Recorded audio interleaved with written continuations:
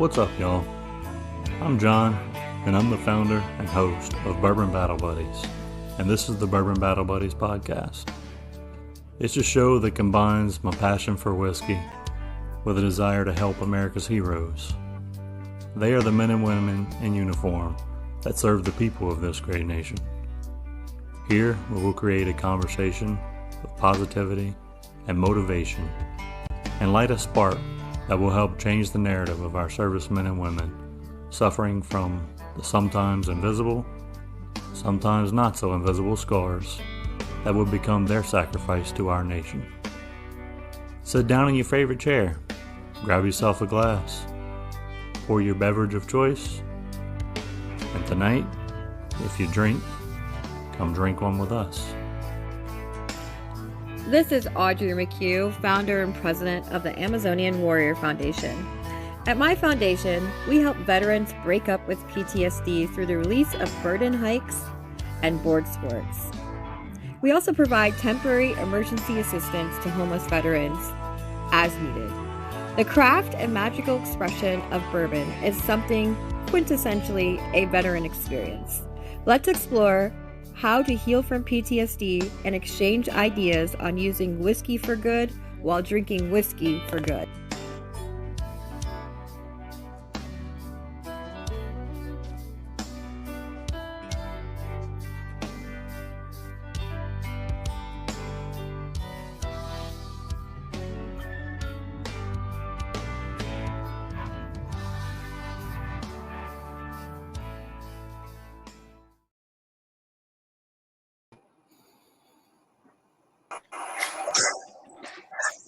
What's up?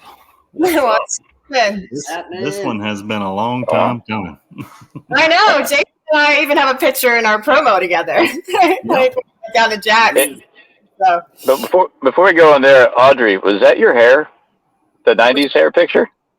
Wait, who had the big hair in the commercial? Not me. It was under your Amazonian Warrior picture. That's one of Jay's people, but I do have wigs, so I mean, I could probably rock that. You know. I was gonna say, I was kind of impressed. Well, it wasn't me.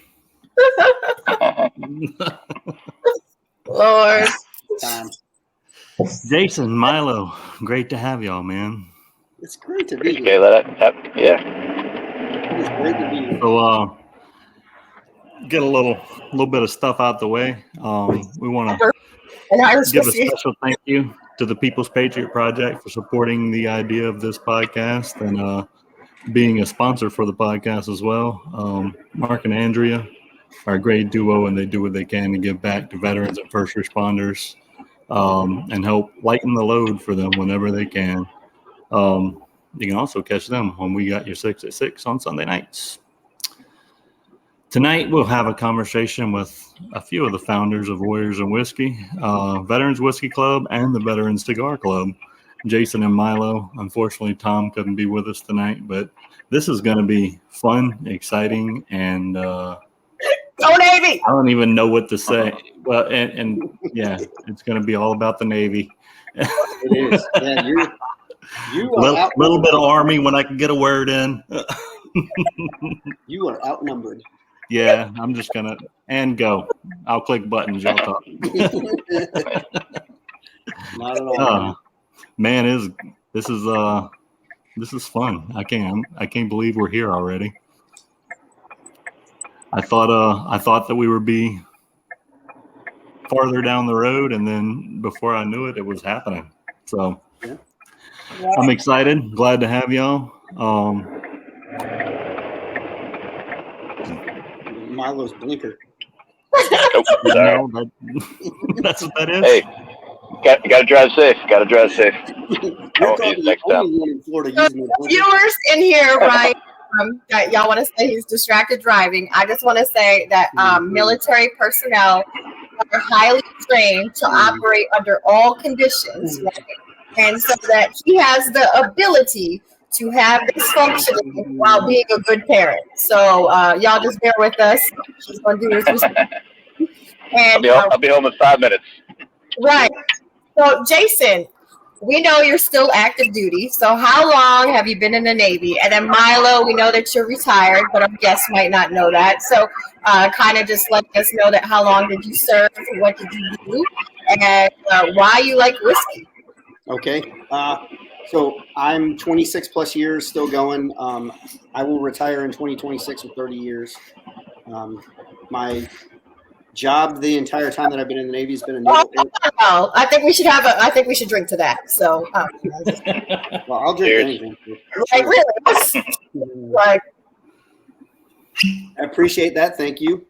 Right. I've been an air crewman my entire career. Whether it be EP3s, that's where Milo and I know each other from. We were stationed initially in VQ2 way back in the day, and then did special projects, P3s.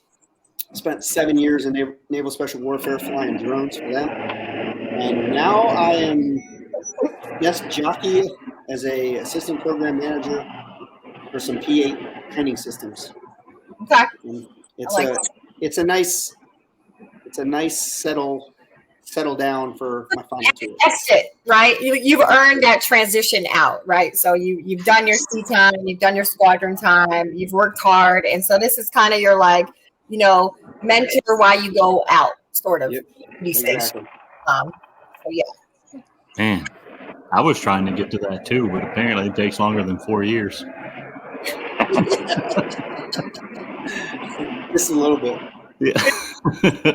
Awesome, man. Hey, congratulations on that, though. 26 years is a heck of an achievement. Yeah. Yeah. Appreciate it. I don't know if I could have made another 10. Yeah. So, but he's definitely got a good gig on the way out, man. Impressed. Yeah. Hey, civilians apparently half of them don't work every Friday. So half of Congress work. So. But that's just not Fridays, dude. Yeah. But that means that I don't really work Fridays, so it's a Monday through Thursday gig. Nice. Yeah. Yep. I get Absolutely. lucky. Yeah, good sounds. It's my turn? Yeah, it's your turn. Yeah. I didn't know I was coming in there, so I had that uncomfortable pause. So, yeah, I was a naval flight officer, did 21 years, and met Jason in Spain. I think we crossed paths a little bit in special projects together, and we crossed paths again when he was at NSW and I was at SOCOM. So we've been meandering in and out of in the same squadrons or commands for a while, and then actually, funny, Jason just missed Tom, but Tom also is a special projects guy, and a couple other spots. I think we were almost all at the same time, but I was the common link between those two, and retired November 2021. Okay, hold on. We got to drink to that too. I think so. Cheers to your retirement. Y'all, it's good. Like that. That's good. What are you drinking? I'm drinking the Brass and Anchors one because that makes sense. He just retired, right? Nope. That's yummy. I like that. That's good stuff, isn't it? Yo, I'm ready now. We didn't play around. Yeah. Hey, when we do our batch 3, you guys should come up to Colorado with us and help us blend our next batch. It's going to be different from this one. We're going to use a.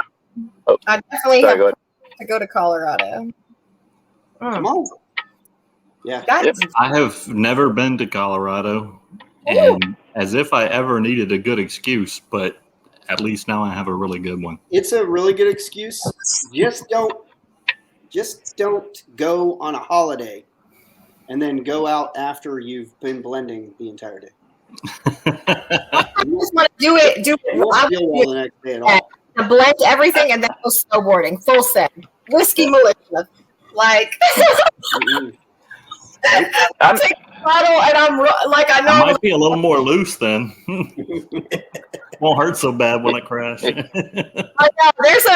like a secret society so you get indoctrinated into the whiskey militia because the whiskey militia actually used to be a snowboarding company, and so now what a bunch of us have done to kind of keep that brand or that honor keep going, we take different bottles, right, out on the slopes. We drink them while we're there. We take pictures of it, and then we just drink them on the chairlift real quick, put them back, but we take a run with every bottle we do. That's some other stuff. It's kind of like the Fight Club. We don't talk about it. So, That's awesome. whoever in the Whiskey Militia, you just got to step on some snow with me. Or you could surf, but snowboarding. I would probably roll down the hill and create an avalanche after I've crashed into a tree or some shit.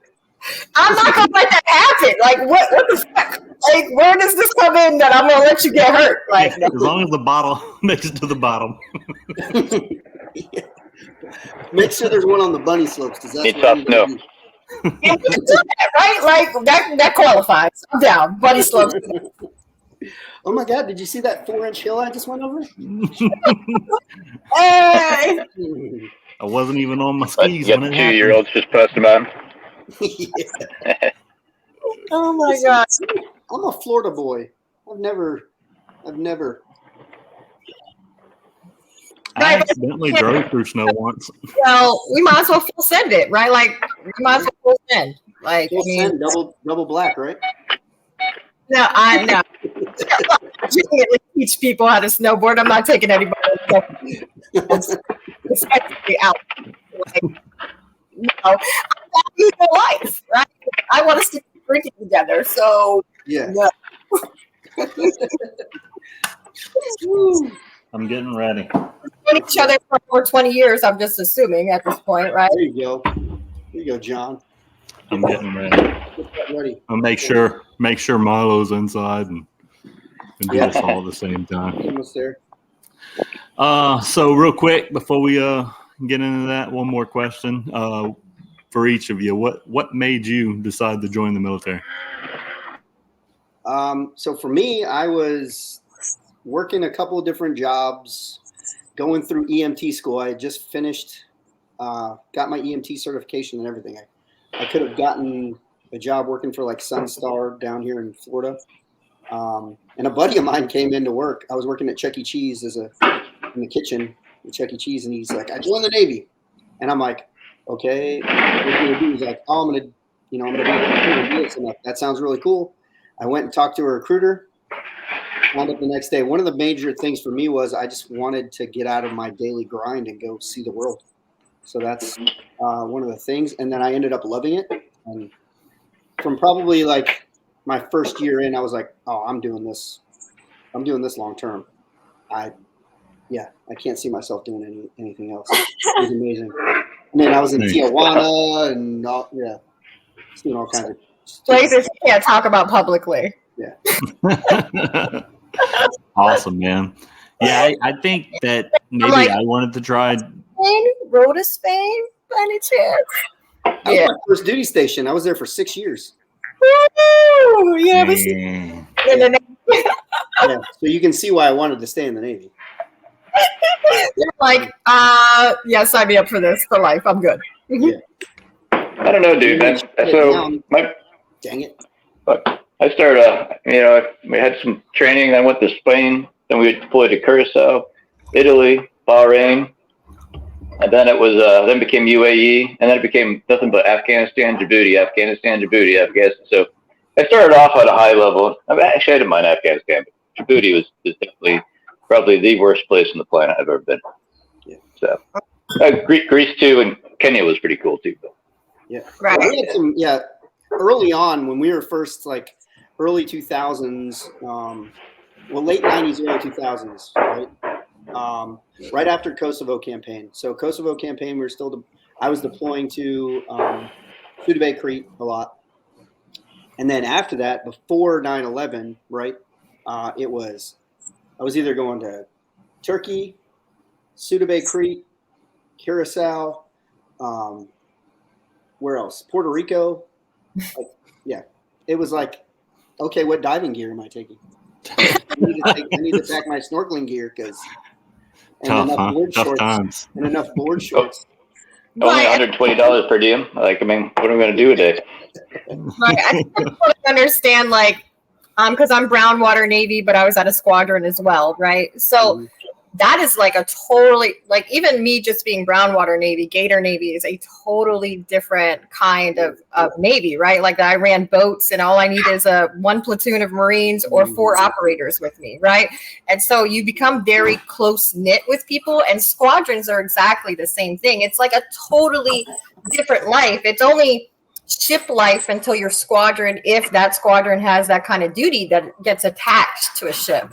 So I don't think a lot of people, when they think of the Navy, they're just like, oh, just they're not thinking of like what we've done, for sure. Right.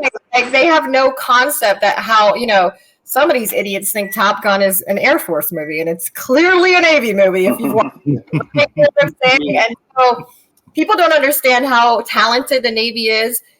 People don't understand how much talent it takes to land on an aircraft carrier, right? Like how much less space that you have if you were on the Air Force.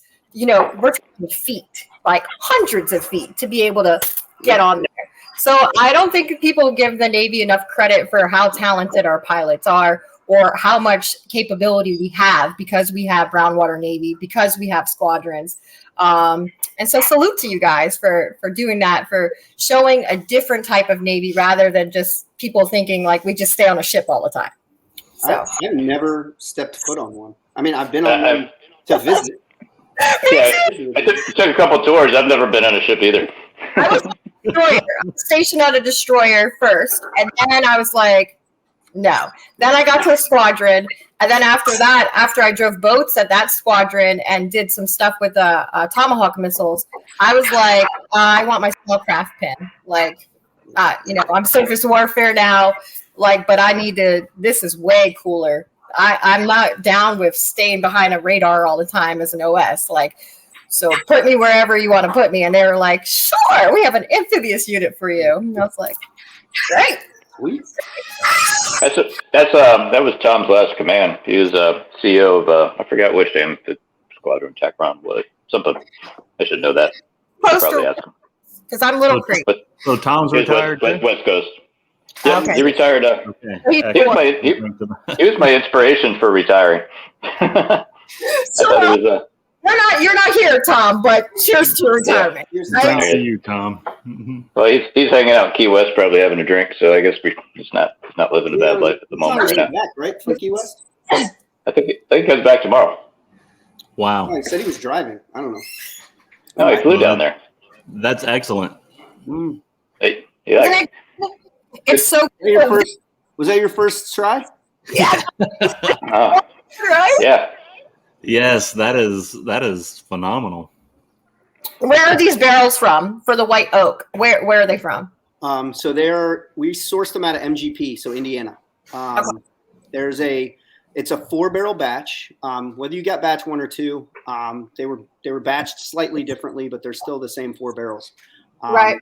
So you have a 5-year high rye, so 21% rye, a 4-year 21% rye, a 3-year 21% rye, and then a 3-year wheated bourbon.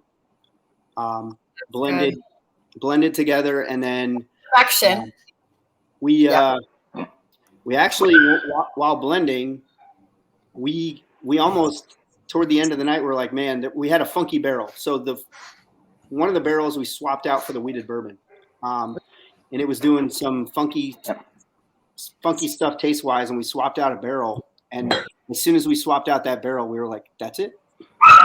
So that wheat is that sweetness and that richness you get, right? You get the pepper from the rye in the front, and it holds that flavor all the way through to the end, and then you get the pepper back in the end. But that wheat one there. Yep. So. For those of you who don't know what we're talking about, this is Jason, Milo, Tom of Warriors and Whiskey, and I'm sure some other people were involved with it as well. But this is their own brand of whiskey, and they just put it out probably within the last month, I would say, right? Yeah, it's been about a month, little over a month. But we actually had a panel of about 14 of us, all veterans. We had Mike from Copper Sky was there. We also had Steven from Molly Brown Spirits. So we had a couple of people that were in the industry already helping us, as well as people from Stave Thieves, yeah.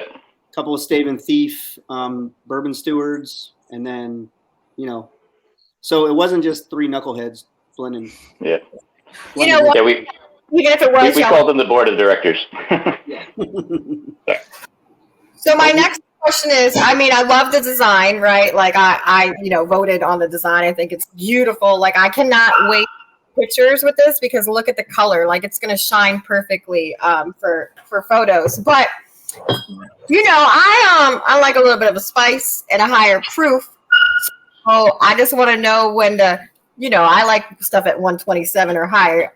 So I just want to know when y'all are going to make a special bottle for people like me, because this is so good, right? So I'm like, ooh, if this I need an extra Kentucky kiss on this one, because damn. Sooner than you think, actually. And go ahead, Milo. I'll let you take it away on the. Yeah, right. I mean, so we actually have the label almost all done. It's gonna. It's the reverse of that, so it looks pretty badass. Actually, it's black background, gold. But we have a very, very few select. I mean, we're talking about it's going to be 50 bottles of the stuff of the leftover 4 or 5 years left. What's that? You have 49 bottles left. Write me down. And so. The rest of them, I mean, we're going to do a cast strength. We're going to blend those two together, cast strength, put it out. We'll probably start advertising in August and then have it available probably beginning in November. This, like I said, there's only going to be whatever we can filter out of there, but there isn't going to be many of them. Yeah. So, and it'll be the leftovers of our first batch whiskeys. So hopefully it'll be a collector's item one day for fans. Yeah, I think it's going to be. Coming out of the barrels, most of them were around 118. Okay. So it should be right around 118 proof-ish. And like Milo said, it's just I think we only had 5 and 4 year left, so it's not going to have the weeded bourbon in it. It's just going to be spice and rye. Yeah. But they're good. We tried both of those barrels like by themselves. It's going to be good. That sounds like my cup of tea right there. Yeah, it's going to be delicious. Jonathan loves a rye, right? And I love a high proof. But I also love cask strength and straight from the barrel. Like those are my favorite, hands down. It's an expression you'll never have again. You'll just have it once, right? So even just the rarity in it to know what that barrel is doing, it's so good. You can't beat a cask strength, but then you can, right? With a straight from the barrel, So I can't wait to taste that. I'm super excited because this is, it's so delicious. Like if people are listening to it now, I don't back anything that I don't like to personally drink. Like I gave up a lot of opportunities with a celebrity that was a UFC that happens to be Irish that I could have connected myself to.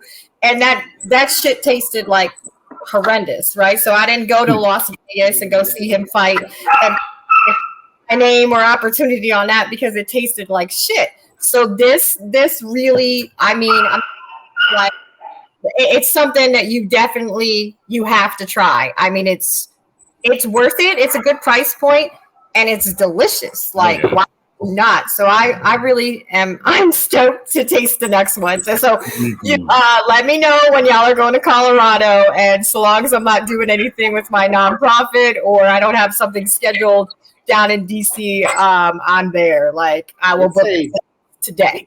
It's just a phenomenal experience in general. Like, and I don't know if you guys watch Smoke Wagon's Aaron when he gets on lives and blends and just starts blending. Now he does everything himself, but like having a panel, because everybody's just sitting around and having a good time. It's a bunch of veterans, so we've got that camaraderie going on top of the blending. It's just an awesome experience.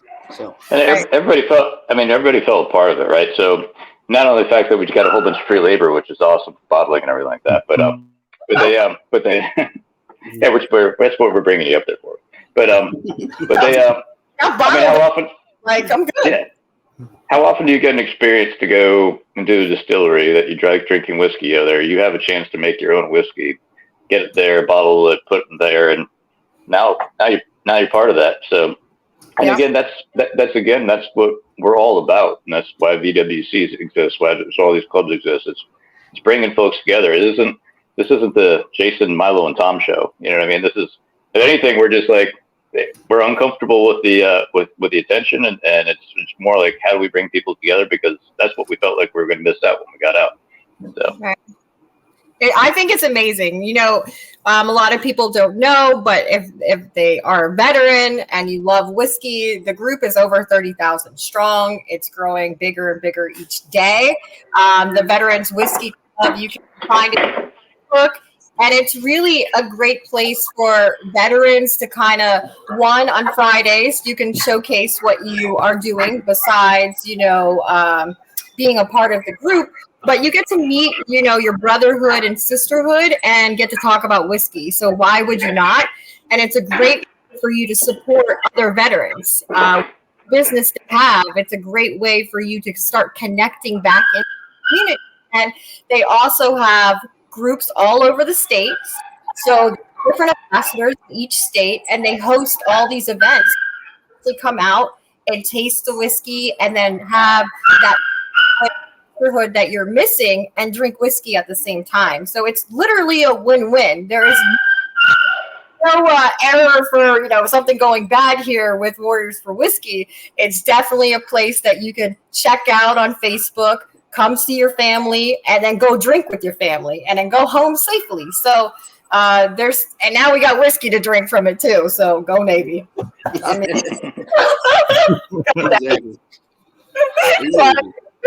go Navy to that. Go Navy. Hey, Jonathan, just to let you know, I almost joined the Army right at 18. And got there as going there, the recruiters came, talking for a couple weeks about the sign, going to go in infantry. And my father begged me not to go in there. So then I waited. I didn't sign up until I was 27. Then I decided I wanted to go travel the world instead. So can't beat the Navy for that, man. And to be fair, right, after I got out, I started with at Penn State before I switched my major from veterinary biomedical sciences. So I was actually going to get commissioned in the Army as a veterinarian because that is the only branch that actually has veterinarians. Yep. But then I changed my major to security risk analysis and cybersecurity. So, you know, the Army thing, they almost got me, but, you know, they didn't. I almost joined the Marines, but strangely enough, the Marines you don't like said, no, I love you don't like crayons. think actually. Strangely enough, the Marine said that you had to have a high school diploma, and I didn't have one. I had a GED, so the Army took me instead. There you go. So well, here I am. They did. You turned out fine. Turned out all right. You turned out just fine. I still eat crayons, though, if anybody was wondering. It's not just a Marine thing. Colored glitter crayons that I do give out to Marines. So I'll Jonathan, next time I send you some maple syrup samples, I will gladly give you edible crayons. I thought they were all edible. Yeah, well, I'll let it go. Jason, just the ones in Colorado, right? You and I have this like love for hip hop, and not only do we share a love for hip hop, but it's like old school hip hop, like true hip hop. Yeah. So when you joined the military, what was your like first hip hop jam? Like, what were you feeling? And now that you're going towards retirement, like, what's your vibe for rap right now that you're listening to, that, you know, you're about to start your career, your second career. Mm-hmm. And so what are you rocking with? Like, so what made you be like, okay, this is my go-to jam. I'm in here. I'm in Spain, apparently, living life. So there's like a few that come to mind, right? Like, I'm from Florida. So during the time that I joined, like 95 South and all those, so like Whoop, There It Is, all that, you know, right? Okay, all that kind of hip hop was coming on. A little bit of Trick Daddy and that sort of stuff. Right. Uncle Luke, Splack Pack, all those like old school. But my jam that I always played in my car because I loved the bass line in it was "So Many Tears" by Tupac. That's a good one. So, like that one, and then as I got into about the time I was getting to Spain, the Equimini album from Outkast came out. Ooh, that's a good one. So like that song, "Damn James." It's not even a full song, but like when he's describing like the fight in the club. Yeah. It's like somebody took their shirt off, talking about who else want to fuck with Hollywood Cope. Like gets me every time. But now, like I still listen. Jonathan, you have no idea what he's talking about either, right? I know who Outkast is. That's where I stop. Well, hey, yeah. So y'all are Andre 3000. Yeah. we talk about this. Exactly. But now, like, if I had to go with like newer, it's gonna have to be like Kendrick Lamar, J. Cole. Okay. Some of the Jack Harlow. Of course, Post Malone. Mm-hmm. Anybody who's actually got substance to their rap. Right. Eminem, obviously. Wale. Right. So I'm from Yonkers, New York. So I'm always gonna rep DMX and The Lock, right? And some Mary J, and some Eve, and some Wu-Tang, and some Rough Riders, right? I'm gonna do that. And so I would say I'm also Tribe Called Quest, right? Like that was definitely my jam that I was playing. Nas, right? Yeah, like I love music. Like I love New York rap too. Like it's funny.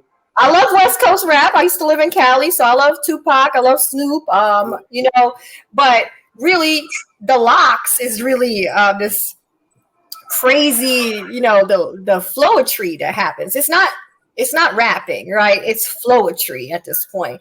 And Tribe Called Quest has that too. Like it's just flowetry. And then Method Man, he's got some stuff out with Redman now, and I say, after I've been through all this stuff and gone through this abuse and rapes in the military, I listen to the Butterfly Effect.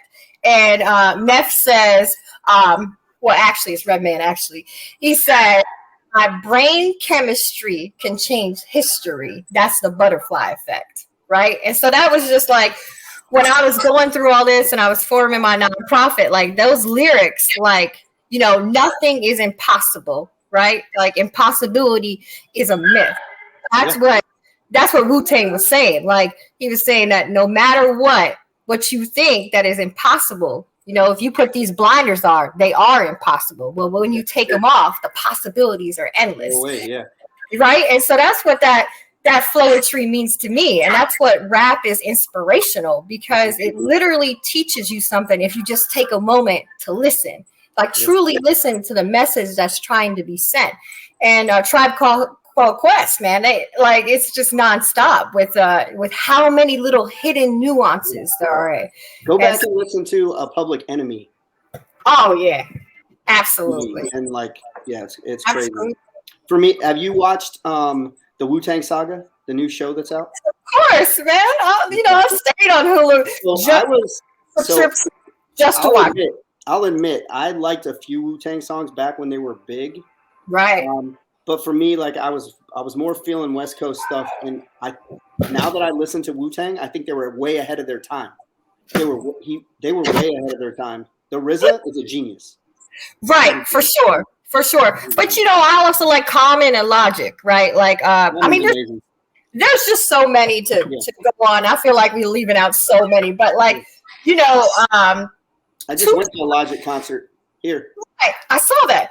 So Biggie, of course, I love Biggie, right? Like for me, I'm a little bit younger. So when I grew up in Yonkers, New York, right, Hypnotize was just coming out on the streets, right? On the streets. You were hearing people bang that shit out of their cars, right? So I'm walking around with my best friend at the time, and we're just singing it, like loving Biggie at this point.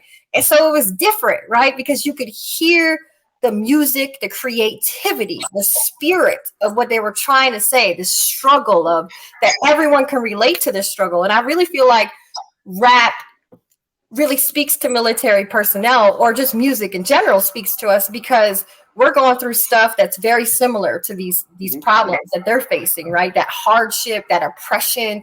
We're trying to figure out like, okay, well, we know we're supposed to obey the orders over us, right? But we're having our liberties taken away. Like how do we resolve this in certain ways? And some of us don't agree with decisions of those over us are making, right? And so rap and music can speak to that in so many languages. But it was just amazing growing up in New York and hearing this. Or I literally lived streets away from where DMX lived, right? So when I went down a certain block, you couldn't wear colors. You couldn't, right? You just didn't walk down that street. You would get shot. But around it, right, you were hearing people saying stuff. And I think that the message that hip hop is trying to say is so relevant to what we're going through today. And so I thank you for sharing with me. I appreciate somebody that that's got that hip hop love. Listen, I'll talk rap all night, but these two won't be talking apparently. Well, take metal, rock, anything like that. I'm good with that. I love those things. But if you follow Jason on Instagram, which he'll say his name after I'm done talking, you will see that a lot of his stuff has hip hop, in it. And so it's a great way for his whiskey to speak musically. So I encourage you guys to kind of check out some of the artists that he's putting on there because it's good music, y'all. It's good music. So you can tell who does most of the Instagram posts because of the music. Tom and I come out, it's like, hey, about the song, and Tom and I look at each other, like, what the fuck? Like, whatever, man. Put whatever you want. Put whatever you want on there. We don't care. We're good as long as we don't have to do the post. I try and keep it. Listen, I try not to get too obscure because if I got some obscure, like Audrey would completely understand it, I'm sure. But then other people, like, unless they're like real hip hop heads, they wouldn't get it. Right. Yeah. But you do well musically, like I love all genres of music. I think music is a way of communication, right? And it's a way for us to vibe on frequency. Yeah. Even if you don't know the language, right? You can still hear that beat and sink into it. And that's really a primal thing, right? Like that is us connecting inward in that way. And so music speaks across all language barriers. And it doesn't matter, like if you can't speak it, eventually there's going to be some kind of genre that speaks to you personally. So that'll agree with. So like, and it drives people nuts sometimes, but half the time I don't care what the words say. I never listen to any of the words. Actually, sometimes the words will always ruin the song for me because I've been playing guitar since I was like, I don't know, 12 years old. But it's the feeling of the music that I get. And there's sometimes where I actually listen to the song, it's like, oh, I have no idea that's what they were talking about, and it'll ruin the song for me because so. There are some rap artists that, I mean, as vanilla as it probably sounds like, but some of the songs by like Eminem, I love Snoop Dogg, but the beats and things like that, I can get into that music. Some of them that are just, and I can appreciate it, but you're right. There's a music for every feeling, right? So what I listen in my house is not what I can listen to in my car, which is not what I could listen to when I go to a crazy metalhead concert. But I couldn't listen to that in my house. It would stress me out. There's sometimes my 20-year-old self would absolutely shoot me the fact that I actually could probably say I was a country fan right now. As the older I get, there's like, there are country songs out there. I was like, all of a sudden, like you're driving down that back road, it's like, find that country station on, I was like, oh wow. It's like, this kind of fits the mood at the moment. Uh-huh. Yeah. So. Yep. Just gotta be careful with whiskey, not to just go like, oh, let me put Tennessee whiskey to every whiskey ad I do. Well, okay. So, I got a 4Runner, and I go off-roading, right? And so I like that bitch covered in mud, but she's clean on the inside, right? So I'll take her to George Strait or Alan Johnson, right? Like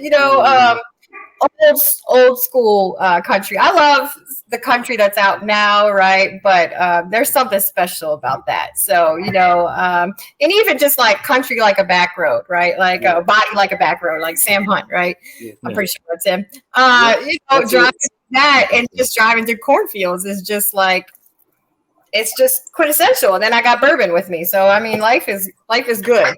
I adapt, right? The Navy has taught me to adapt and change to all environments. You gotta I hope you got whiskey in your go bag. I do. I always have whiskey with me because I never know like what photography opportunity is going to happen. And then I'm really like the kind of person that's like, oh, even if I'm in Vans or a dress, I'm just going to be like, oh, there's a cliff there. What's the chances that I'm going to drive by this place again? Probably not likely. So I just get the fuck out, right? Instead of just waiting, saying, oh, I'd like to go there one day. I don't live like that anymore. I just like say, all right, I'm in my fucking Vans, and if I die, I die. At least I drank some bourbon on the way up. So, I always have a bottle with me because I'm like, oh, the light is right there. Oh, that bottle would look perfect, in this sunlight or on this backdrop. So I'm always on the hunt for a good picture. And I have thousands of them and I just don't post them. I just don't have time. But, that's my own private, personal joy to go hiking. And I call them bourbon gratitude hikes. So I earn my pours, right? So I take the bourbon with me. I go see a sunset or sunrise by myself. I drink bourbon with my bae, which is with Blanton's, right? So I always have her with me. And I just chill, and it makes me happy. And I hope that more people start doing it because hiking with bourbon is just well worth it. It's well worth it. For sure. It is. I think we've had this conversation before, but it sounds like you're working way too hard to drink. I don't Maybe it's just me, but I just walk outside and I sweat. So that's it. Can we call it a compromise? I sprained my meniscus in February, and I am lucky that I did not tear it, right? And so I was snowboarding, and I was in the park, and I got hurt. And they told me that they thought it was torn. And so it's not. And so I have had 6 months of not being able to work out, right? And so that is unnatural for me at this point.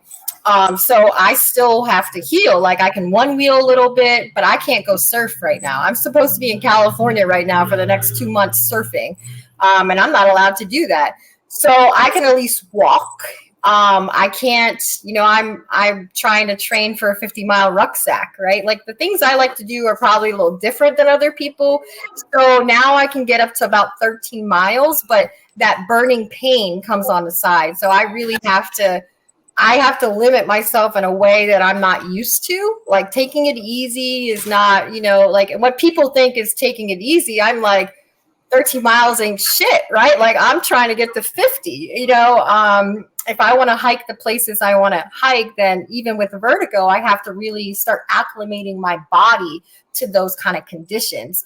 And so the sooner I can get back in the gym, the happier I will be. But I feel like if I'm going to not be able to work out, at least I can hike and have some bourbon gratitude. Like I am grateful that it's not torn. And I am grateful that even though after they told me I would never walk again, I'm still walking, right?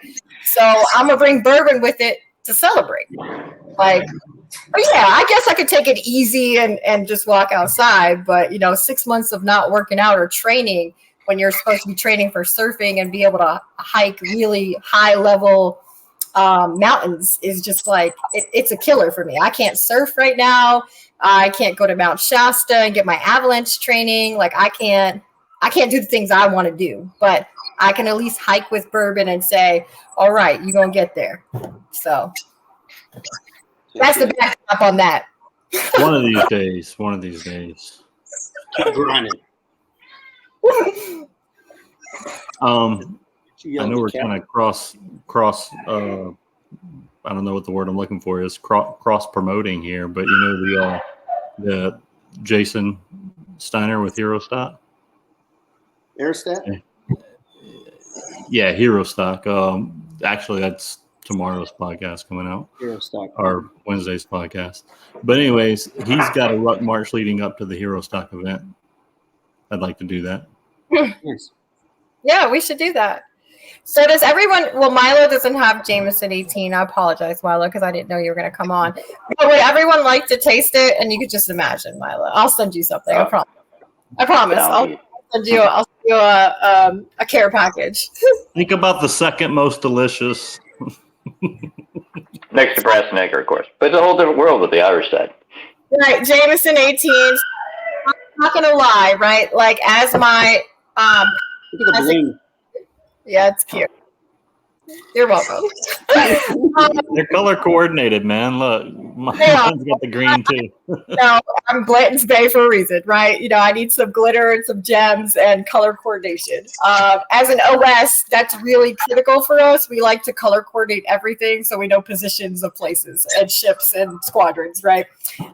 So this was actually made, you know, Jameson was actually established in 1780.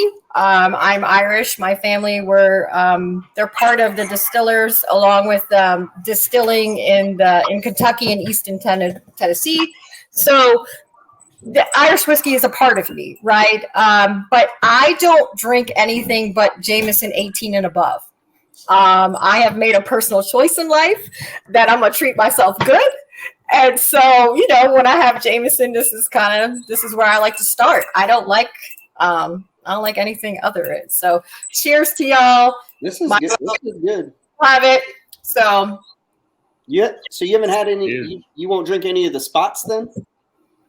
okay. So out of Red Spot, Yellow Spot. So when Red Spot before it came to the U.S., another Irishman, kind of first responder hookup there, took me in New Jersey before it came in the United States, and I got to try Red Spot before it came. So I enjoy Red Spot immensely. I've had all of them. I also have a Rowan Company. So before they came out in the U.S., I actually went to their premiere. So Rowan Company is one of theirs. The first time I ever had Rowan Co. was in Shannon. It was in Shannon, Ireland. Passing through there. And I have a bottle now. That's awesome. Yeah, so I actually got to meet she's a female distiller at that time. And so she crafted it. She's a master distiller. So it was really like, for me as a woman, it was amazing to see, like, because before a lot of this shit, you know, 400 years ago with the bush mills that I have, right? Like women were allowed in this craft and it was changed over time. So it was really nice to see an Irish woman that was a master distiller that was launching a product in the US. And like every Rowan Co. is like, it's a different blend each time. So they don't follow a standard thing. Every bottle that you get after it's been run from the single pot is just it's something new every time. And for me, I've conquered a lot of whiskey already. So, you know, I want, you know, like, what's your favorite pour? The next one, right? Like my next hunt. It's kind of a great segue into the barrel pick that we have that is going to actually benefit your foundation, because it's Ironton Distillery is all owned and operated mostly by women. Right. Yeah. I seen Steven over there. He is. So Steven put that together. It'll be it's almost ready. I think we're waiting on the link for that one. But look for that one probably in about a month or so is when that one's probably going to drop. Awesome. Yeah. But great segue into your female distilling thing and benefiting Amazonian Warrior Foundation as well. Which people I don't think understand how much work I do, right? Like I am 3 weeks out of surgery and I have 3 more weeks of recovery. And I drove already to New York to help a homeless veteran, right? Like I didn't care. And they were in New York and I was not close by. And so that was very excruciating to have to do that. But the need is there. And so I help people nationally. And a lot of nonprofits don't do that. They stay within their state and they just put all these restrictions on people. And it's like, if the person is homeless, they need help now. You know, like we have to mitigate the problem right now. If they're fleeing domestic violence, we have to mitigate it right now. If people are calling me and I'm talking them down from shooting themselves or going to shoot someone else, right? You know, like, you have no idea how much it actually helps. I mean, it literally impacts people every single day. I have not had a break, right? Like I can't take a break. They were like, well, did you have any rest? I said, yeah, when I got operated on. It's just like, you know, I'm the president, right? My rest is called anesthesia. Right, and my rest was anesthesia, right? That literally, within 1 week, they were sleeping in a canopy. They didn't even have a tent. They had nothing to. I mean, this is a veteran with 2 children. They had no sleeping bags. Their stuff got stolen, right? They went out to the beach at the campground and everything was gone. And so they didn't even have a tent to sleep in, let alone a cot. They were cooking on an open fire. So I made sure that they had a propane stove that they could cook on. And these are things that, the VA they're not helping people, right? For them, they're like, well, you're service connected at this much and we're not going to help you. So we're going to let kids and veterans starve. Like, I just can't do that. And so no matter if I have to drive, 6 or 10 hours to go help a veteran that's homeless or who's fleeing domestic violence or who's just a fucking veteran who's had so much combat trauma that he just needs somebody to fucking talk to and literally just wants to go get an ice cream, I'm going to drive to go make that happen, because I believe that we can save lives this way. And literally, we get to drink whiskey to do it. Like, Full this? disclosure, not while we're driving, though. Not while we're driving. While we're driving, flying, right? So if we're operating something, please do not do that. But and if you want to sit on your couch or hike a mountain and take a puller and help support Warrior Foundation, I appreciate you because you save the lives of our brothers and sisters that deserve to be saved. They deserve it. I put a dent in that bottle. Hell yeah. So I recommend that we all have a cheers to the Amazonian Warrior Foundation, but we have to drink it Audrey's way. Oh yeah, straight from the bottle, y'all. Yeah, I don't believe in that shit. Right? You're the only one drinking Jameson 18 out of the bottle. Okay. Yeah. And I'm gonna have some red Blanton's too. Thanks, Jason. Man, that is I could super chug this. I Me think too. I could super chug it. it is delicious. I got to work tomorrow. I think that's a great lead into the next. Well, it's not really the next, but I'll skip forward to this question. Tell us a little bit about what you're doing with Veterans Whiskey Club to help out in the communities that y'all are in. And I think we just kind of touched on that with the proceeds from something that y'all are putting together. Yeah, I mean, some of that going towards Amazonian Warrior Foundation, Yeah, 20%, or not 20%, but 10% of all our merchandise sold, we donate to a veteran charity.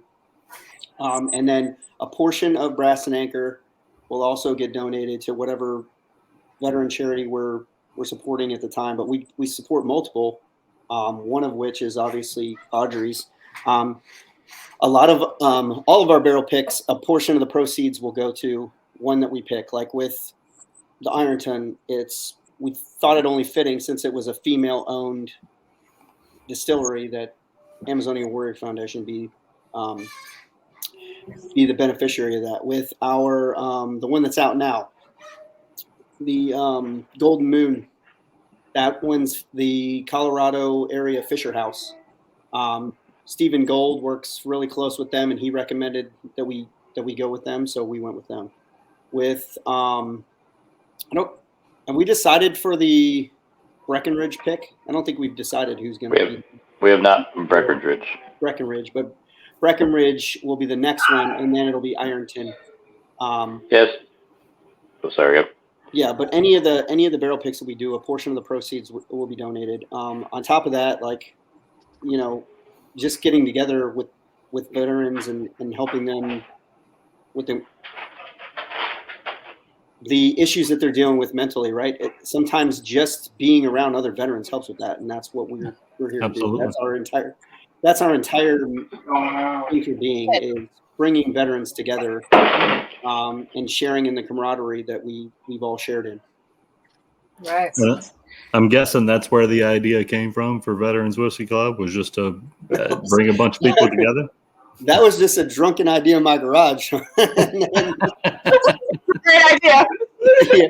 So we say it started with whiskey then? Yeah. So it's funny. I had just moved. I just moved from Hawaii. I was putting stuff away in my garage. I was part of a bourbon exchange during that time frame, like one of those Christmas exchanges. And I was like, I wonder if there's any local bourbon clubs or whiskey clubs, and there was, and I joined them. And then I was like, I wonder if there's any like veteran ones, and there wasn't. And I was literally like, create. What do I call it? Veterans Whiskey Club. Boom, send, boom. And within a week, I think Milo was probably like, he might have even been like the second or third person to join it. And he was reaching out to me, saying, hey man, I really think you found something. And at first I think I blew you off like the first time. I was like, yeah, whatever. And then he had to call me back, and we had like a Zoom meeting and a phone call after we were at like 2,000 members or whatever. And Tom came in, and that's where Warriors and Whiskey was built from. We started the LLC, and one of the core tenets of that was all three of us always knew like if we were going to ever do something, we were going to give back to veterans in some way, shape, or form. And that's kind of how that went. The Veterans Whiskey Club is more about just bringing people together as veterans and sharing the love of whiskey, and then kind of obviously evolved into something more, which is awesome. And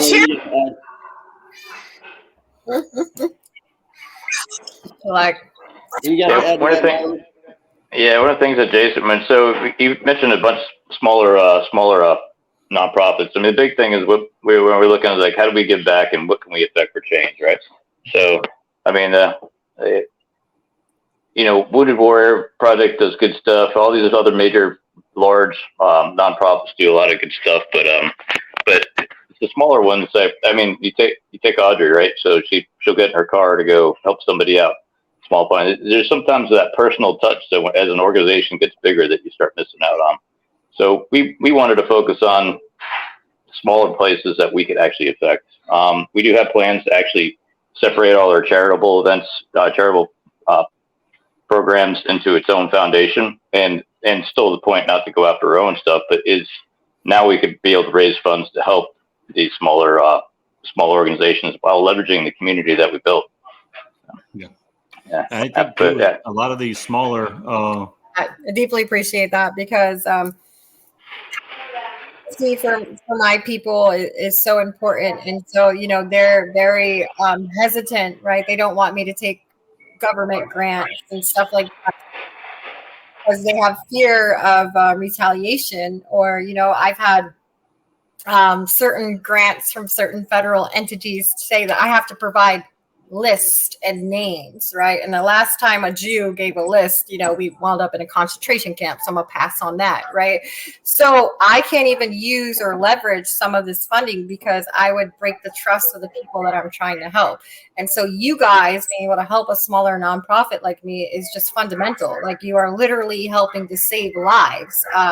The stuff you guys have donated before literally went to another veteran so that she can get a one wheel after being raped in the military, and like she's back in school now, right? Like, she rides her one wheel every single day. She goes to therapy. Like, her life is completely different because of the impact that you've built this community, but you've allowed me to impact the lives of someone else. And so for that, I'm forever grateful, because this person was going to kill herself, like, without a doubt. And so now, because of the funding that you provided, I was able to get her a one wheel. And anytime she has a PTSD trigger, she calls me and we can ride on Zoom or through Snapchat or through Facebook, and we can have a whole session and actually be on a one wheel anywhere in the country with each other, or just say, hey, get on your one wheel, I'm going to ride mine at the same time. And we're able to have board sport cognitive-based therapy anywhere in the U.S. And you guys made that possible for her. So you guys have literally made sure that now when she has a trigger, I can tell her, go get on your board, right? Like, I know you're triggered from this, but go get on your board and work it out that way. And we use musical therapy kind of with it too. And so people have no idea how grateful we are because you have saved someone's life. You really have. And, granted, I get to have access to do that, but without you guys contributing to that, it would have not happened. So you're responsible for someone's life being changed. And I think people should take note of that words and whiskeys, we're not just drinking, right? Like, we're not just, we are drinking, right? But we are changing the lives of our brothers and sisters that need us the most. And it's a wonderful blessing. It truly, truly is. And to see the difference where maybe in November before this happened, she failed out of school, right? Now she's in another college. She's gotten a therapy that she needs. And you can see the pictures, which I can't share, right? But you can see it in her face. Like, there's a moment where she joined the military, and then there's another picture of her where you can see that event happened. You can literally see it. But now you're seeing her transformation of her healing journey. And it's an amazing thing to watch. And you guys are responsible for that. So I thank you. Like, I truly, truly thank you for helping to save the lives of one of our own. Like, because nobody else is doing it but us. So we know that we've talked about this with Jonathan, like when I moved into my apartment in Norfolk, and it was my first thing. I'm not on a ship anymore. I'm not at a barracks room. I have my own place on the beach now. What did I do? There was no electricity. We did candlelight with guitar, and we did 3 7-Elevens and 3 trunkfuls of Boone's Farm and Mad Dog 2020, right? We got fucked up on that. So, that was my first, like, besides Heineken, right, at my squadron, my QM1 being like, drink this. And I'm like, I'm underage. And he was like, drink this. And I was like, okay. So what was your first, like, entry, your military, like, standard, I'm not going to say military special here, but it could be. What was your first, like, real, like, okay, I drink this on active duty? And then obviously all of us have expanded our palates. So what did you start with, right? So mine's Boone's Farm, Mad Dog 2020, and then I went up higher. Fly Navy, fly high, right? So what are you drinking now that's kind of like your standard pour, or something that's your go-to that you kind of like to relax and settle down after, retirement or active duty? And what did you start with? Go ahead, Milo. What did I start with? Are we just talking about whiskey, or are we talking about alcohol in general? Whatever you military with, right? So if you were a beer crusher, I'm not going to be mad. I just said Mad Dog 2020 in Boone's Farm. Like, seriously. Yeah. Who are we to judge? Well, like, I don't even know if you guys know what Peel's beer is, but it's if you take the worst beer you've ever heard of and downgrade it about 3 levels, it's this stuff. We used to be able to get a case of it for, I think it was like $4.99. And this is a long time ago, by the way. And we're well underage. But as far as drinking whiskey, like, and so I had whiskey at a young age, and whiskey and cognac were my dad's drinks if he wasn't drinking beer. And so between those two, but the whiskey he drank was Scotch, and dad was from Europe, and so I don't ever think he ever drank bourbon. It actually was later on that I finally started drinking bourbon, but I was always a Scotch guy for a while. But absolute favorite Scotches are all the peated stuff. Like Lagavulin 16 is probably my constant, right? I do like Irish whiskeys, but for me, I need something with grit. I need something spice. I need something on there. And Irish whiskey I can appreciate all day long. Oh, I get Connemara every time. Every time I fly through Ireland, I go get myself a couple bottles of Connemara. You can now get. What's that? I have the Dewar's 32, right? So for Scotch, one of my friends, he runs Scotch Addict, and so there's just as large as a group as you guys, if not larger. And so I got to taste his private collection, right? And I'm ruined for Scotch because at first I was like, no, man, I just love bourbon, right? That is military made. We created bourbon and revolution, like. I'm good, right? And he was like, no, you have Scottish ancestry. I'm pretty sure you'd like some of this peat. And I'm like, right? So he brings me bottles that I can get nowhere but his private collection. So I love Scotch, but I have to start at like Dewar 32 just to even get close to what I tasted, because now it's like I'm spoiled, right? Like I just can't. I'm not putting my lips to something that like that's shitty. Like I'm not doing it. But Scotch is good stuff. So all right. I can respect that, Mike. I got you on that one. So it's kind of like music. There's a mood for everything. There's sometimes that I feel like Scotch. There's sometimes I feel that I feel like a bit Irish. Bourbon. And bourbon. My flavors all over the place. Bourbon and rye. It really comes down to the absolute mood. And it's amazing how my mood changes. Like I would like to say that I take a bottle and that's what I drink for the night. But sometimes like shit, I want some of that. Shit, I want some of that. So, and I go. When you have it all, when your whole shelves are like covered in bottles all over the place, it's just it used to be nice when you only had one bottle on the shelf, and you just drink that. But now you just it's like a buffet. Yeah. Yeah. Yep. I blend all the whiskeys in my belly. That's what I just put it all in there. That's a good place to do it. The Navy way. We blended ourselves. Well, I am a huge fan of peated scotches as well.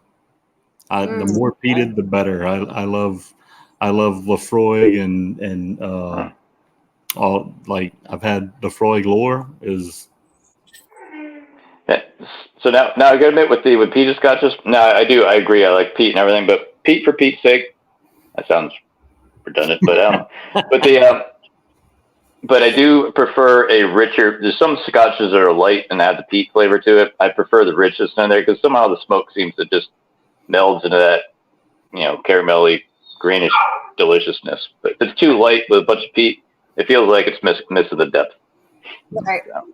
It feels more of an Irish whiskey, right? It feels like a Scotch that's trying to pretend when it's too light. That's really an Irish thing, like that lightness, the pot still that's there. It feels like they're stretching too much and really should stay more traditional to their roots. I'm all for experimenting and changing different casks and, maybe blending it in a bourbon barrel, right, and giving it some new flavor. But, when I want a Scotch and I want that peatiness, I don't want lightness, because if I want lightness, I can drink an Irish whiskey for that. So I want Scotch to stay pretty distinct to that kind of flavor. But Jason, what were you were going to add in something? So I haven't found. I've tried a couple of peated things, and I will not blanket something to say I don't like peated. Mm-hmm. I just don't think I've found one that I like yet. You haven't. Don't worry, Jason. You have Tom, because Tom hated all my smoky scotches. Yeah. Hated it. And 10 years later, what's the first thing he was grabbing off all my shelves now? It's like, dude, slow down. You didn't used to like this shit. So, my whiskey journey is fairly new. I just like you, Audrey, started with Boone's Farm. And do you remember St. Ides Special Brew? I do. That was my jam. Early on in my military career, we would crush like 3 or 4 40s of St. Ides Special Brew. Cheers to that. Cheers to that. Cheers. But I was more of a rum and coke guy for a very long time. And when I got into NSW and we were going to, I was going to Paso Robles a lot. And it was actually Dixie. You probably remember Dixie, Milo. Dixie Butler. Yeah. He was one of the guys that came and flew with me a lot. But he was like, man, you got to stop drinking Coke with that shit. Like, just start. So I started drinking rum straight. Like, I started off with like Ron Zacapa, Sistema 23, some Papas Pilar, some Plantation, and then that led into some bourbons and some scotches, and I was like, oh man, this stuff's pretty good. And then I really now love rye. Rye would probably be my favorite go-to. Midwinter's Night's Dram is probably my favorite rye. Oh, stop. Yeah, it's delicious. of rye, right? Because this is Jonathan's jam. You say it's your jam. I do think that we have some rye to drink, right? Mm-hmm. So we do have some Mount Pleasant whiskey, straight rye. I know Milo's got a rye on his shelf. He's gonna. Actually, I'm pretty sure I have that whiskey. Oh no, I don't have his rye. I only have his. So you said it was Mount Pleasant. Yeah, Mount Pleasant Club rye. Yeah, this is a rye that's been developed and distilled by another veteran, Air Force. So it's right here. It's available in D.C. Troy Hughes has his own book for it. And Mount Pleasant Whiskey Club is a place. Well, Mount Pleasant is actually a place in D.C. So every single one of these bottles, this is the Kilbourne place, is actually after one of the streets. And so here's the beautiful District of Columbia. And so this is the pre-prohibition recipe. So he actually found this, bottle in his ceiling tile and decided. Is it malted rye? Yes. And so it's a rye, it's made up of 53% alcohol, 107 proof. And a lot of it's based out of Maryland. So it's a very local flavor that you can get. And I don't know if it's like maybe some of the other flavors mixing with some of the other stuff I've been drinking because I haven't been cleaning my glass out. But I have. See, I got water. I'm professional. I just got like a taste of like beer off of it. And I'm wondering if it was the malted. If the rye is malted, that's definitely where it's coming from. Yeah.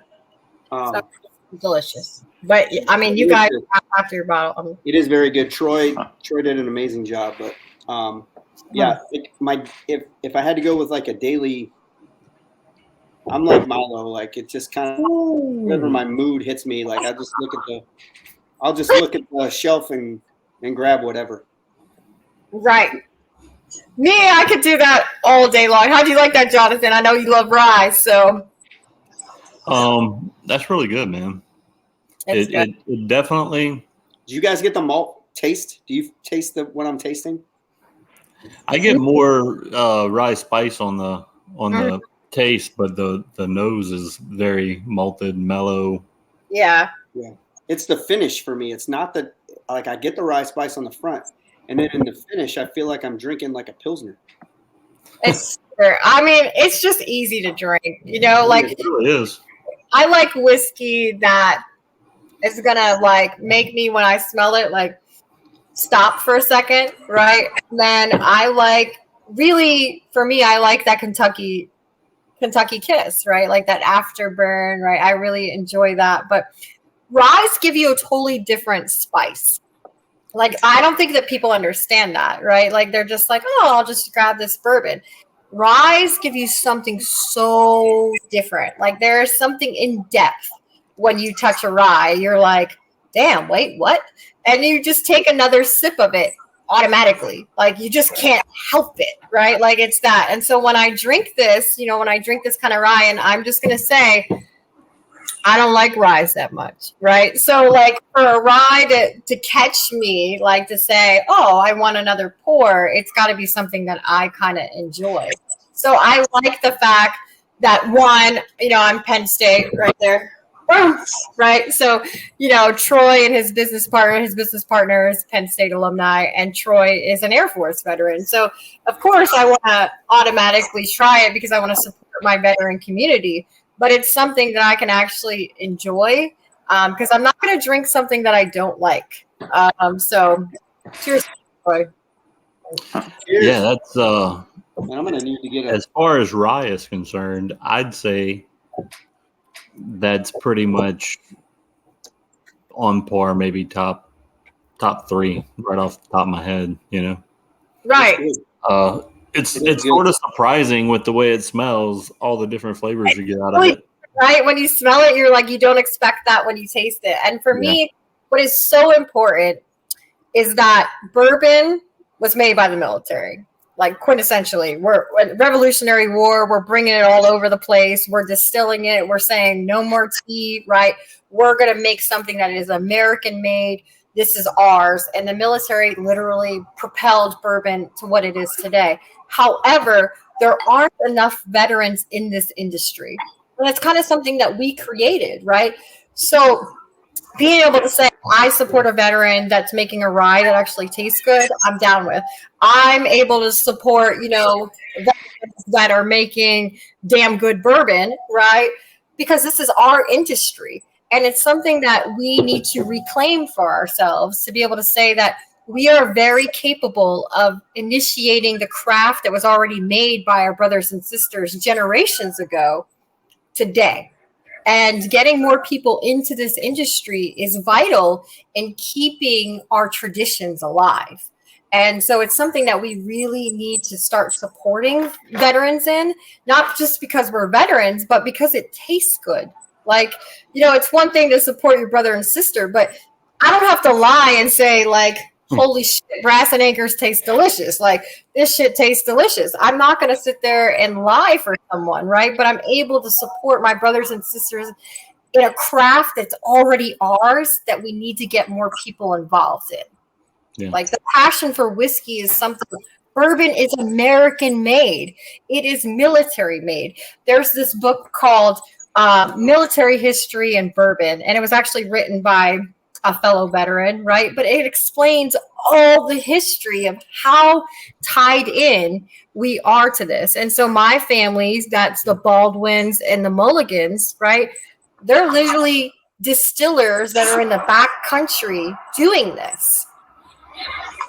So it's really something that we need to encourage veterans who are like maybe lost in life. They don't know what they want to do and they like whiskey. Like, why wouldn't we encourage them to say, hey, you could become a distiller. You could become a person that can bottle whiskey. Like, literally, you just pour it in a thing, clear out the air, put the whiskey in there, put a label on there, and you could have a job again.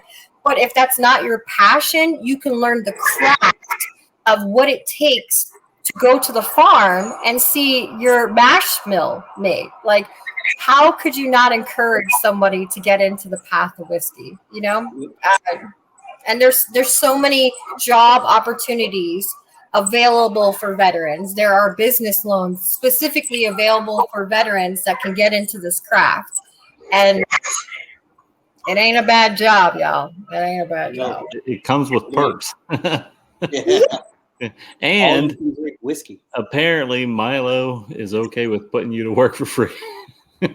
Absolutely. So what you don't know, Jonathan, is so every time that you become a person that helps bottle something, right? When you go there and you put the labels on there and you bottle the whiskey, you actually get this little mini like flask. It's about this big, and it's your personalized bottle. It's like a way of the distiller saying thank you, right? But you get something from the first run of it. So it's not like you're always going to be like I bottled this, right? I literally put the label on this one. I put it here. This goes over it, right? I put this on it. And so this bottle, I bottled myself. Like, I put the liquor that you see in this bottle, I did that, right? And so then I got a smaller bottle as a thank you. And so that's very normal in the industry to just give you this little bottle saying, thank you for doing this. Here's a paycheck for doing this. But you are forever connected to this bottle. You placed hands on this.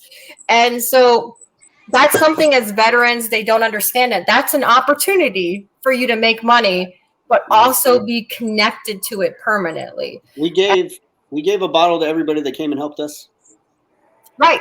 See? So, I mean, that is normal in the industry for you to, that's a thank you, right? But you also, you place the label on this. Yep. Right? And this is being told, but you put your hands on this. So you're connected to this. So when somebody drinks this, even without knowing who you are, you put your energy here. And that's special. That's nothing that you can take away from. And that's what whiskey and veterans say, we got to do this, right? Like, this is a hands-on operation. And that's why supporting this as a veteran is very, very important, because there are big industries, right? And they've kind of taken something that's ours, and so they're willing to help, not nonprofits. They're willing to help veterans, but it's not the same as us doing it for each other. It's just not. It's just not. It's about brotherhood. It's about sisterhood. It's about our honor, integrity, right? We live and die by these values of honor, courage, and commitment. And literally, through whiskey, you can achieve that.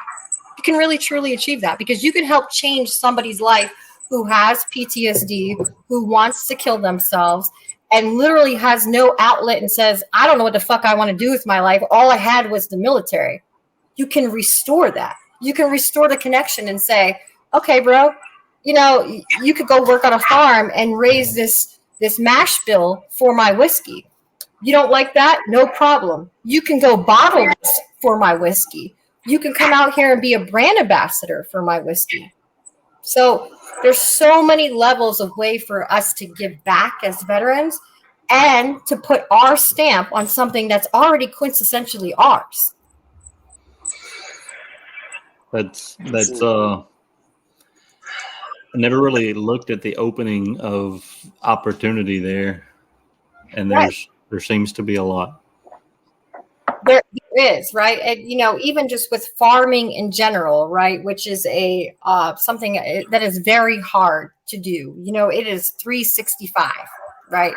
And it's just like being in the military. To be a farmer is just being like in the military for me, right? But you can say there's small business grants. There are these programs that will get you into farming as a veteran. And literally you could start growing barley for a liquor company that's run by another veteran. So there are so many avenues to this, right? And even if you don't want to do that, there's, I could be a brand ambassador, right? There's just a way to get somebody into a path that they just didn't think oh, I never thought about that as a job opportunity. I really enjoy growing things, but I could do that too, right? And it's a way for us to keep giving it back to each other. And I don't know, that to me is what our oath is about to each other, is about, I see that you're in despair. I see that you have gone through this traumatic event or multiple traumatic events. Let me help you get back. I've been in that shadow. I've been in that darkness. Let me help bring you out this way. And so, you might not want to do whiskey, but I will find you what your life purpose is. But there's a lot of opportunity for you in whiskey. Just saying. Well, sounds like Audrey just volunteered to be one of our brand ambassadors. Perfect. I'm putting this free labor all over this place. I love this stuff. I was going to say the brand ambassador side of it seems to be extremely appealing, because you're if you get a veteran out there and you just say they become a brand ambassador and they're promoting a veteran owned whiskey brand, that would instantly draw more veterans to them. So they would naturally build a camaraderie with more veterans and have something to talk about. Just random thought. It is, right? And it's also like when we run PT together. So when you leave the military, you've lost a military family. And like I've stated before, a lot of us have lost our families, right? And you're like, what does that mean? It's like, when you joined the military, that was it, right? I joined in 2004. So a lot of my friends and family members, they went on life without me, right? They did the holidays without me. They functioned without me. And then when I come back, I'm trying to jive with them at 2004, right? But they've had 10 years plus or 20 to really change their lives, right? So I'm coming back into it and I'm like, well, they're family, but they're not really family anymore, right? So you have all these military personnel after they transitioned out, and a lot of them have not transitioned to another career path, right? They're just they're floating around. They've become, addicted to something, and they have no life purpose because all they had was the military, and that was the only family that they ever had, because everybody else adapted while we deployed. or marriages have fallen apart because of the same thing. So now it's like, hey, I see you, right? Like, I see you as that person that was still in the military. I can recognize you. And so I have people literally, when I say I see you as that person, they stand up within themselves. They remember that, right? So when I've reached them in that way, it's like, what is your life purpose? Like, because everybody has been sent here to do something special, right? So you can either choose the path of destruction, or you can choose to be a creator again. And so it is our job and responsibility. It is our duty when our brothers and sisters are in that darkness to pull them out of it and say, hey, you ain't got to do this path, but here's opportunity. Does something interest you? A lot of people work because they want to work to earn money. And what your hobby is, this is what I've targeted into my nonprofit is, what your hobby is usually your life's passion, right? So it's like, well, how do I take you out of this hobby now and put you in your life's purpose, right? That's what the full circle of Amazonian Warrior Foundation is putting people in their life purpose, because they've served the military already. And even if they did 4 years and they wanted to do 20, now they're floundering, right? So now they're a fish out of water. So all I'm trying to do is put them back in the ocean so that they can prosper. And the more people I do that to, the more people I've empowered for them to empower other veterans that come in their life path. And that's what the opportunity of whiskey does. That's what the opportunity of Warriors of Whiskey does, because it groups a large number of us veterans together where we can say, hey, we did this in the military. We checked people. We said, hey, I see you fucking up, bro. Like, what the fuck's going on? Talk to me, right? Talk to me about what your trigger is. And now, okay, once I've discovered what that trigger is, I can mitigate it, right? That's what I have a degree in, mitigation. So now I can mitigate that. And now I can sit here and say, all right, well, what things do you like? And they say glass blowing. They say woodworking, right? And I say, okay, I can in that, and I can put you in a therapy for that, right? I can get somebody to help you do those things. But is that your life purpose? And putting us back in our life purpose and some connection with the veteran community saves lives. Because we're used to PTing with everybody every day. We're used to eating with everybody every day. And then all of a sudden that's ripped from you. And you've already lost your family because you've been in the military for so long. That's part of the sacrifice. But then we throw people out of the military and they have no direction again. We have nothing. So it's up to us to say, we can help you find direction. We can help you find life purpose. Yeah, sorry. She had to go to the bathroom, so I had to let the dog out. What you mean, Milo, while I'm going on my rant here? No, I mean, hey, I gotta live by her bladder, otherwise I gotta clean it up. It happens, bro. Shit happens. facts. No, I agree with a lot of the things you said, and I think the biggest part of that is you lose your family, more or less lose your family by going into the military, because you lose the part of life that they advanced on. You know what I mean? You lose that part of the. I still get so many times when people are talking about, do you remember this photo? And no, I don't remember that, man. I wasn't there. So, you lose that part of their life, and then you get thrown out of the military, and essentially you lose a second part of your life. You know what I mean? And it's a little bit different now. You have social media. You can sort of keep up with people a little bit. Yeah, I didn't have that. I lost everybody, really. And I got a good bit of them back, but for a while there, it was just me and my feelings. Right? Just floundering on your own. And so social media is a great way to connect us at this point. But some of us have had 20 years where we're floundering, right? And so that creates hopelessness. That creates raise. So the rest of us that are not, like I'm always going to have PTSD. It's not going to go. Duty to start getting us out of it, right? It's our duty to start getting the rest that are back there and just pulling them out. And whatever direction they take is whatever direction they take. But there's an opportunity. They just don't need it, right? Like all the opportunities, a lot of them have been like, hey, did you hear about this? Or just a Vietnam vet or a Korean veteran, like just telling me things. That's been lost, right? We used to have this mentorship in active duty, and a lot of that has fallen off. I mean, it just has, because so many of us that were supposed to stay in got out because of, rape, sexual assault, PTSD, bad leadership, right? Bad leadership is the fastest way to get people that are most qualified to stay in the military out. And so they're just like, you know what, fuck it, I'm for and done, right? And then they take all this training and then go take it to the civilian world, and they make a hell of a lot more money. Whereas it used to be like, before we made the military like more of a civilian business model for retirement, it used to be like I'm staying in 20, right? And so we have to bring this mentorship back on active duty so that when people transition out, it's easier for them.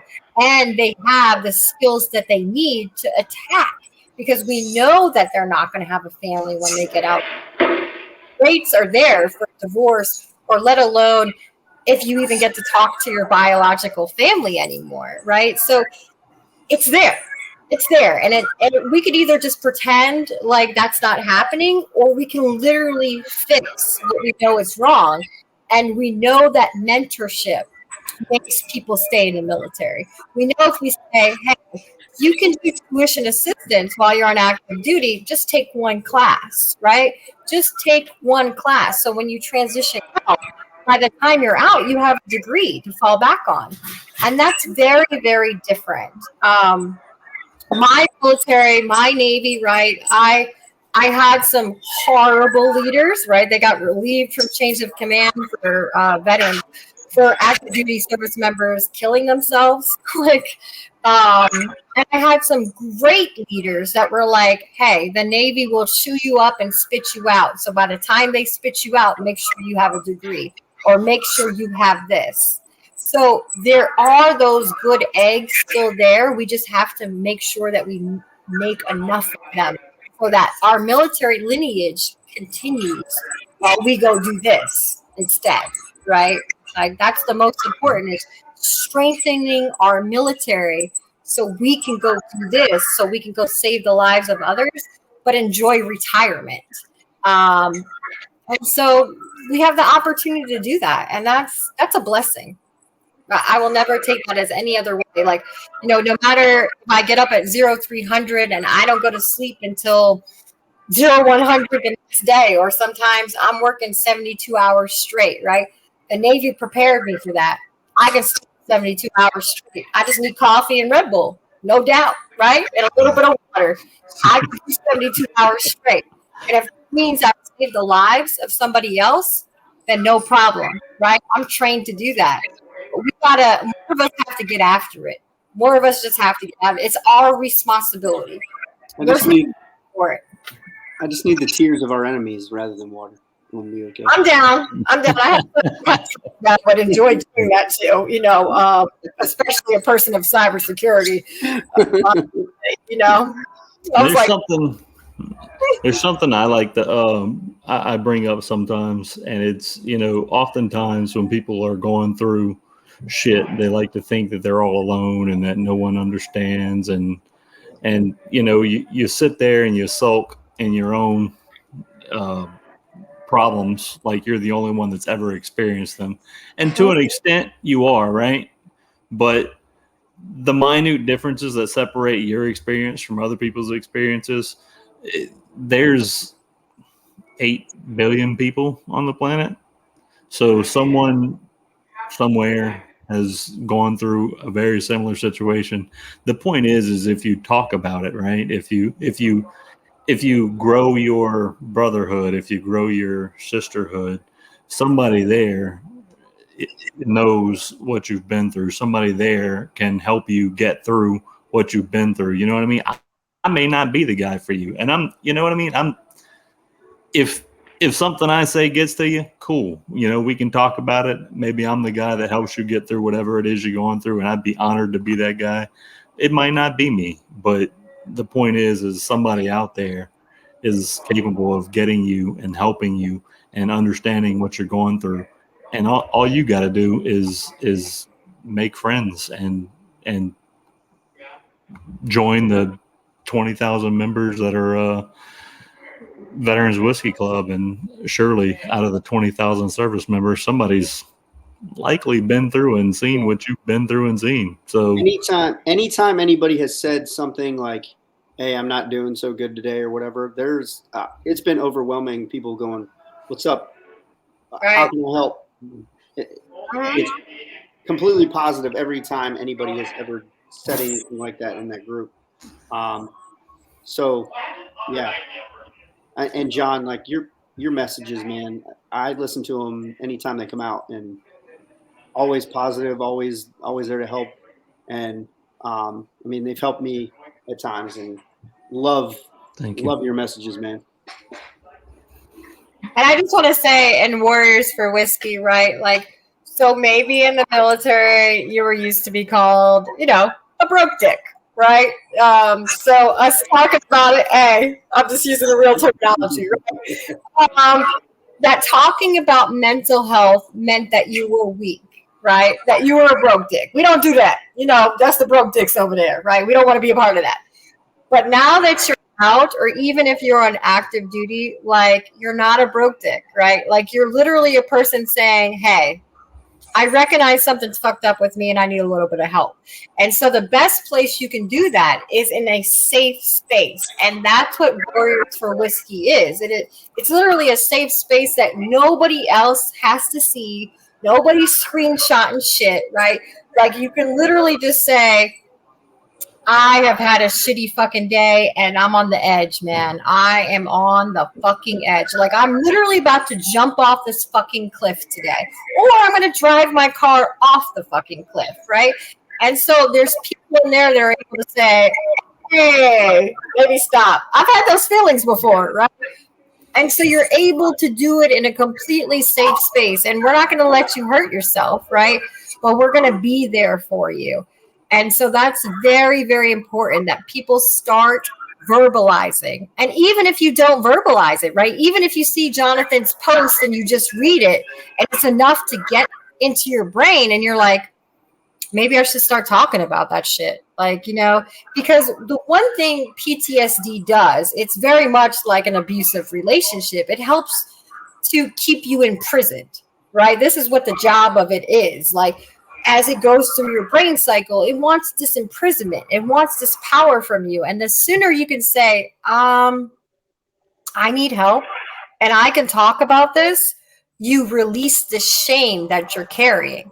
When you don't have the shame to carry anymore and you put that shit back where it's supposed to be, a lot of us have carried so much shame that's not ours. We don't own it.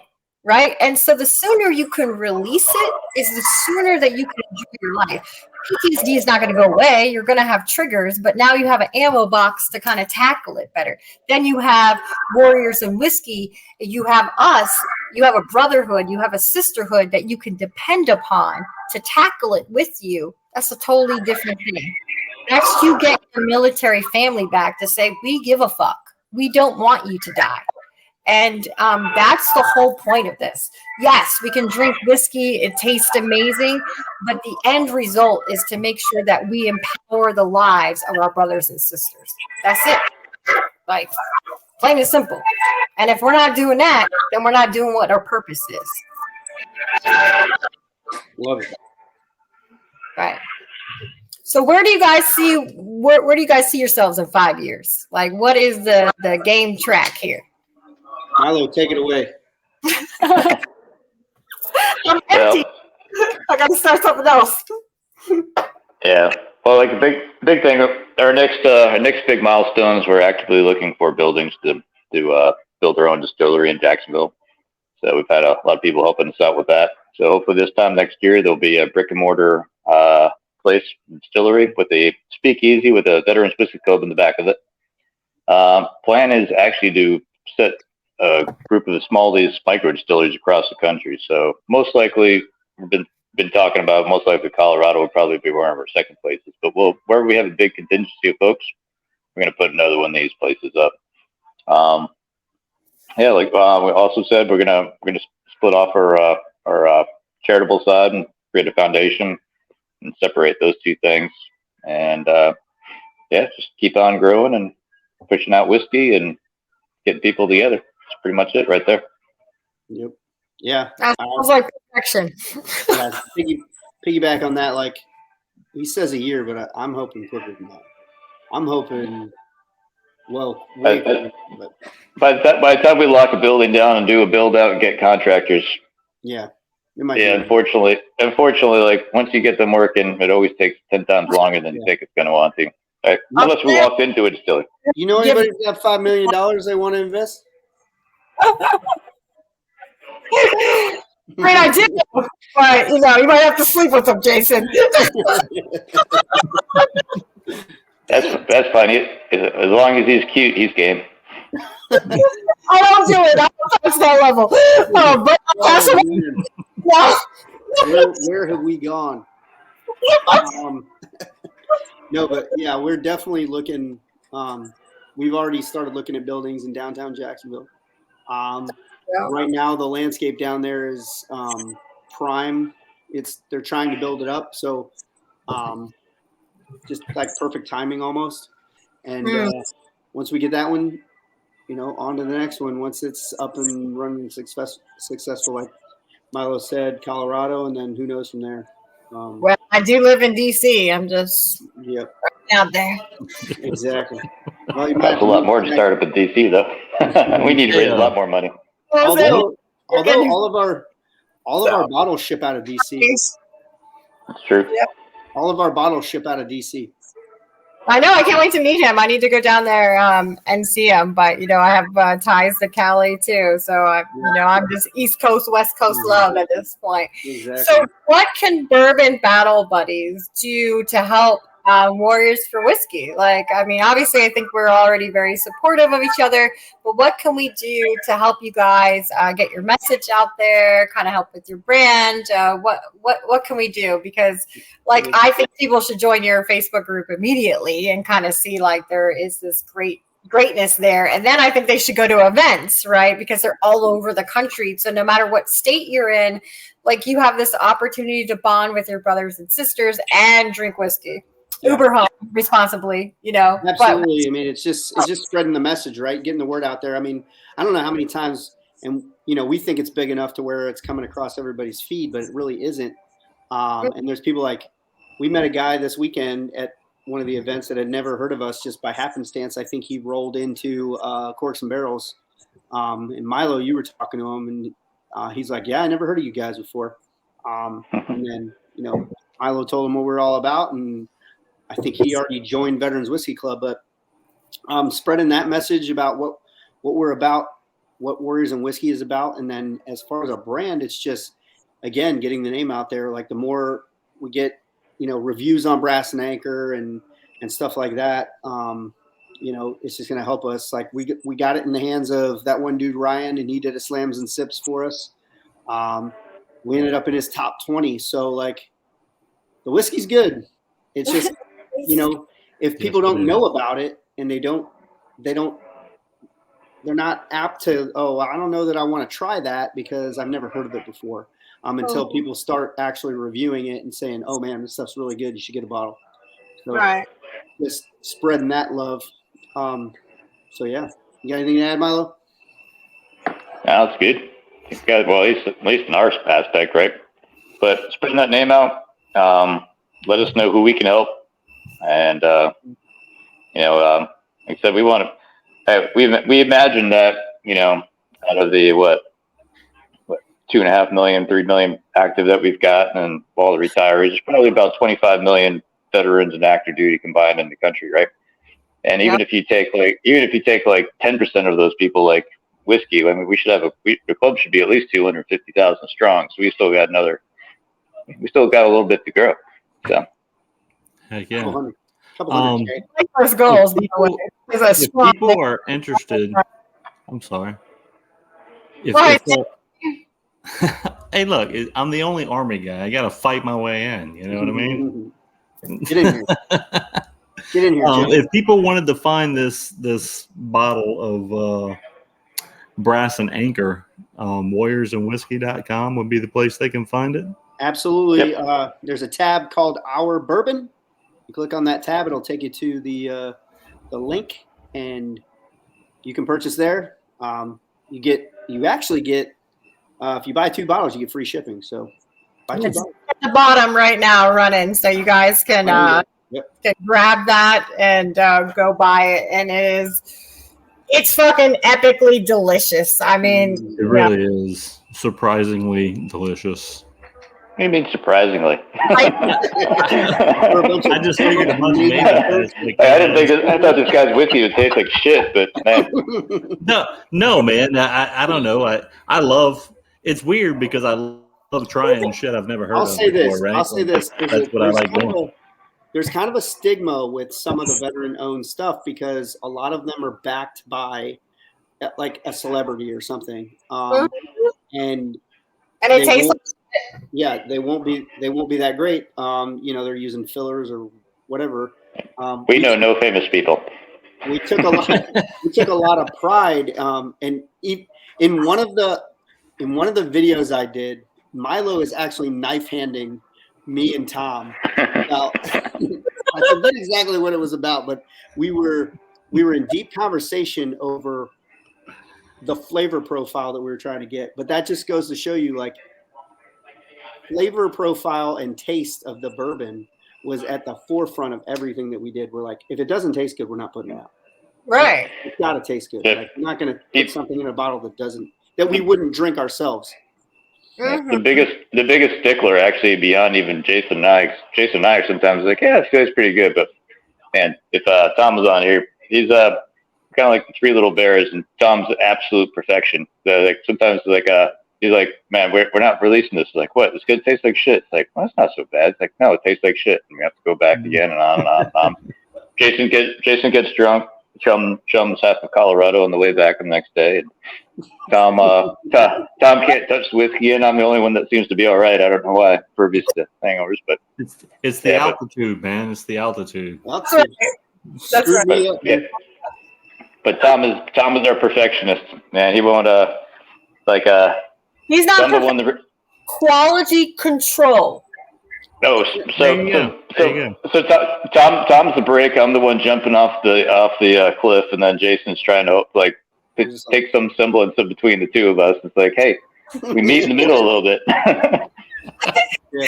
Tom's a quality control safety officer. I got it. Yeah. Say no more. Say less. It was more about it was honestly, I think we were talking about percentages, what percentages we were going to start at.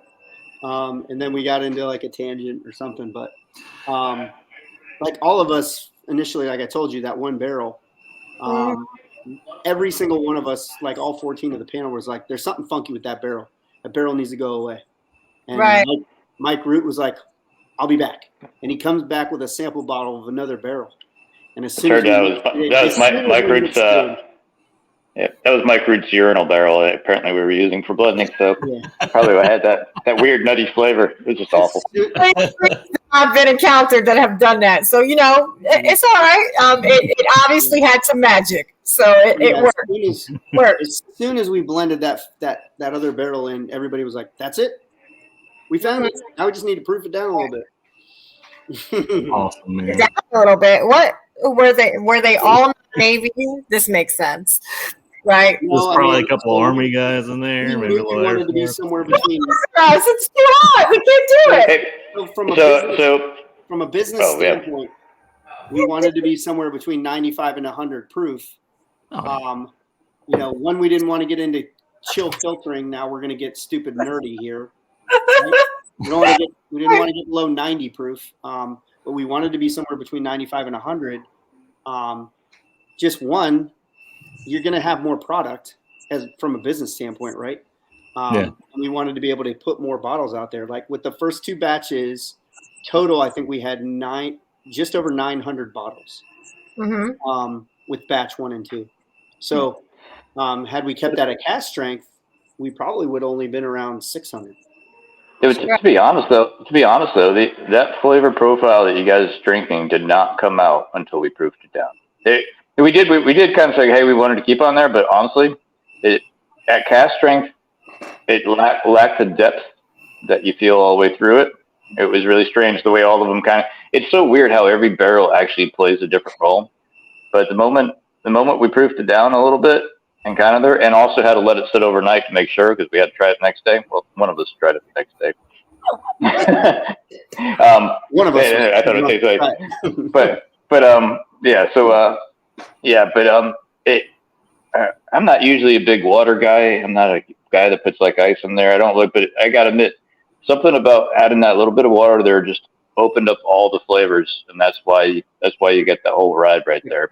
And it wasn't there when we had it a higher proof, because we had it a higher proof there, and it was. And don't get me wrong, I love the burn, but it was like it was the burn without the depth. It didn't have that caramelly depth. It just somehow the water opened it up. Awesome. I mean, from a science perspective, I mean, you're adding in that Colorado mountain water. Right.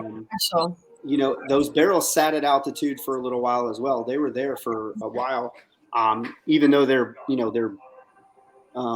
produced in Indiana.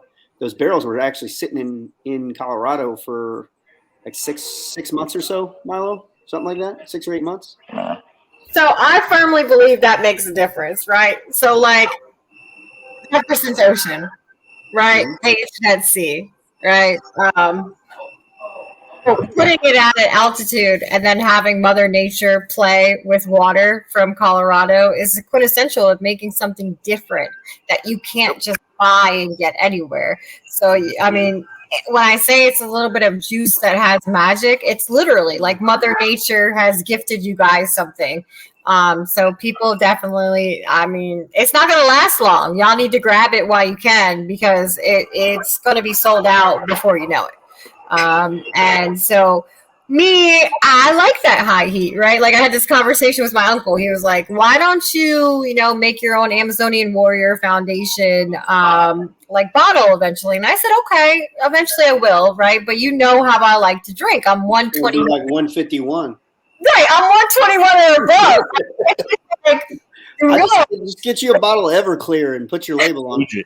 If you want to sell this stuff, you should, keep it down in the 90s. My uncle's an engineer. He's a smart guy, right?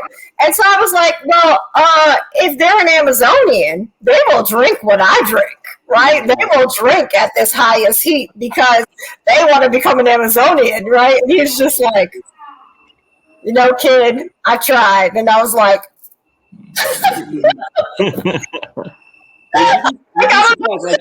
it was good. Like Milo was saying, at 118 proof, by itself, it was good. That's good. Like adding that water in there did something to it.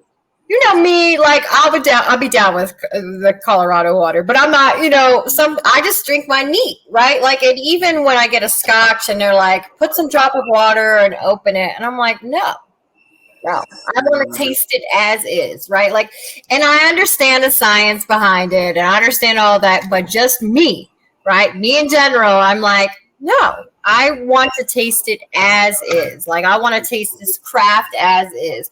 I want to just chug it from the bottle, right? Like that's what I'm known for. I just chug shit from. I don't have these fancy. I mean, I do have a lot of nice glassware, and that's for people. It's not for me, right? That's I was wondering if I would need to bring my own glass. Don't be using the company's glasses. You just drink straight from the bottle. I just have military, the Navy especially, just taught me to adapt with what I have, right? So if I don't have a glass right nearby, I just have a bottle and just so I can just move on, right? But I get it, right? Like certain glasses allow you to get that nose, and you can really smell the craft that has been made here. And I agree with that, right? And I agree that I shouldn't tell people how to enjoy their whiskey. I live in a free country. I defended this country's democracy. So I'm an upholder of the Constitution. So if you want to put water in your shit, I'm going to look at you funny. I'm not going to not look at you funny, right? If you want to put ice in there, again, I'm going to look at you funny. But me, I'm going to drink mine neat, right? Every time I'm going to drink it neat, and it's probably going to be out of a bottle. That's just an Amazonian. Like, that's just me. Now, for mere mortals, you guys can have glassware. Damn. I think you just shit on all of us. What's it feel like to be me every Wednesday? Obviously, Audrey doesn't drink any cocktail whatsoever because you're not making. I'm just gonna put out on here because this dude don't listen to it anyway, right? So I went on a date, and I'm in DC. And I went on a date, and a guy took me out or whatever. And so there are very specific places that I go to drink whiskey at because I have a good palate. So I'm not going to just drink shitty whiskey, and you're taking me on a date, and I can be with anybody. So he brings me, and he gets this like pink drink, right, with a little bubble on it. And I'm ordering scotch, I'm ordering neat Blanton's, I'm ordering straight from the barrel, like I'm drinking whiskey, right? And he's drinking like the frou-frou drink that, like, as the association would be, that would drink, right? And the smoke comes out, and the bartender looks at him, and he's like, "You don't know what you've gotten yourself into, because this woman drinks whiskey, and you ain't gonna last," And I'm just like, what the fuck is that called? Like, it's a lavender tulip. I love it. It had rosemary in it. It was pink, and like this little smoke came. It was cute, right? But I don't drink that. Like, it sounds delicious, Audrey. What are you talking about? I want to drink the craft. Right? Like, I want to drink what that master distiller's envisionment of what the whiskey was. I want to taste. Like my 400-year-old, anniversary edition of Bushmills, I can taste the difference of crystal malt, right, being used rather different water, like as a limestone. That's what my palate is now, right? So I can detect, wow, limestone was used to distill this whiskey. That's great. I can detect crystal malt in this. I can detect what mash bill or what barley was used, what wheat was used, what rye was used, right? So I'm drinking into the next blending. Right. I will. I'm drinking not to get drunk. I'm drinking to taste the soil of the farm in my drink. That's my level of perception. Like, how far can I take this back, right? That's why I love going to farms that are producing things for distilleries, because I want to taste that at that level. Whereas when you put it in with Coke or, a frou-frou drink, and I love bartenders. They make this beautiful art expression. However, I want what that master distiller is trying to give to me. They're trying to give me a farm experience. They're trying to say, hey, in Maryland, this water is used here, or Pennsylvania, before it was moved to Kentucky, was very well known for their limestone, for whiskey, for bourbon, right? And so I'm drinking history when I take a sip of that. And so when I drink whiskey, I'm looking for something differently. I'm not looking to get drunk, right? I'm looking to see what they were trying to craft. And that's very, very important. And it could just be that that's in my bloodline, right? But I'm looking for not something that the average person is looking for. I want to detect what you've made. I don't know. Preston Anchor Old Fashioned still tastes pretty damn good, I gotta admit. It's done. They do. I'm more in it. Like, that's it. Like, I'm gonna drink it as is, right? I've gotten your vision with what you want. Here's the biggest thing. Here's the biggest thing. Drink what you like, how you like it. That's it. Yeah. Free country, but I will give you want to put Mountain Dew in the shit? Put Mountain Dew in it. I don't care. So I did go on a date with a woman, and I had my Lagavulin 16, and she opened up a can of Coke and started mixing with it. It's like, oh, this date just That ended. doesn't taste good. That just didn't taste good. Signing off, y'all. Hey, That's like- Milo, Yeah. have you tried the Offerman editions? Which ones? Lagavulin Offerman. Oh shit! I know not this most recent one, but the one before that, they had one that was aged in Guinness cask. Oh no, I've not had that one. I was trying to see what I had a couple other limited edition ones, but I've already finished them and they're already off my shelves. Man, that was so good. Fast. So good. But to be honest though, like it's funny, they have the older Lagavulins, they have the younger ones. I tried them all up there. There's just something about that 16-year that I don't know what it is about that one. I don't know. Maybe it's just because that's what I used to love when I first loved. But chill it out, dog. Not too far. So, okay, I've had all the, in bourbon, right? Like the unicorn is Pappy, right? Which, I enjoyed, but I don't, right? And so for me, like, I've had Pappy 23, I've had all of them. I've had Pappy 20. But for me, like the 20 is really what I enjoy. I enjoy the 23, right? But I feel like you lose some of the edge because it's not blended like a Scotch, right? So have you guys had any of the Pappies? And if so, what's your favorite? I do like the mid-year younger ones, but the 20s where I like to sit at. It's just it. I've had Old Rip, and it's good. I wouldn't pay $1,000 a bottle for it. No. Yeah, I've never had Pappy that I paid that amount of money for. Like, I put Last Anchor against it. As I told y'all, I'm out here conquering bourbon. It has been my personal. The closest thing I've ever had is Weller Antique. Old Rip Van Winkle 10-year all day. So, but the other thing though is you take these older bourbons and older American whiskeys, and the reason why Scotch needs to age that long is because of the environment there. I mean, could you imagine how bad a 10-year-old bourbon from Florida would taste? It would taste nothing but like oak, right? It's like age is too many people like are stuck on this age has got to be what makes it taste like. The other thing with blending is also interesting is you can take younger whiskey with older whiskeys and you blend them together just because they weren't older whiskeys. Like, if you just take nothing but 2-year whiskey, it's going to taste like feet, right?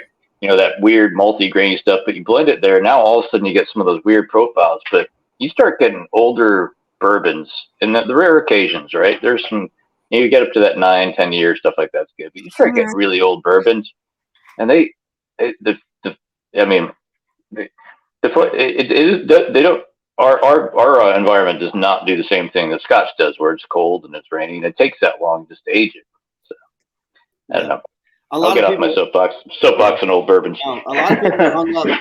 A lot of people were hung up on our age statement on our label, right? Because the TTB tells you that for a bourbon you have to age state anything under 4 years. Right. Initially our barrels are 2 years, but then they turn 3. So technically, what's in that bottle is aged at least 3 years. But upwards into 5, almost 6 years. The next iteration is actually going to have a 9-year corn whiskey in it.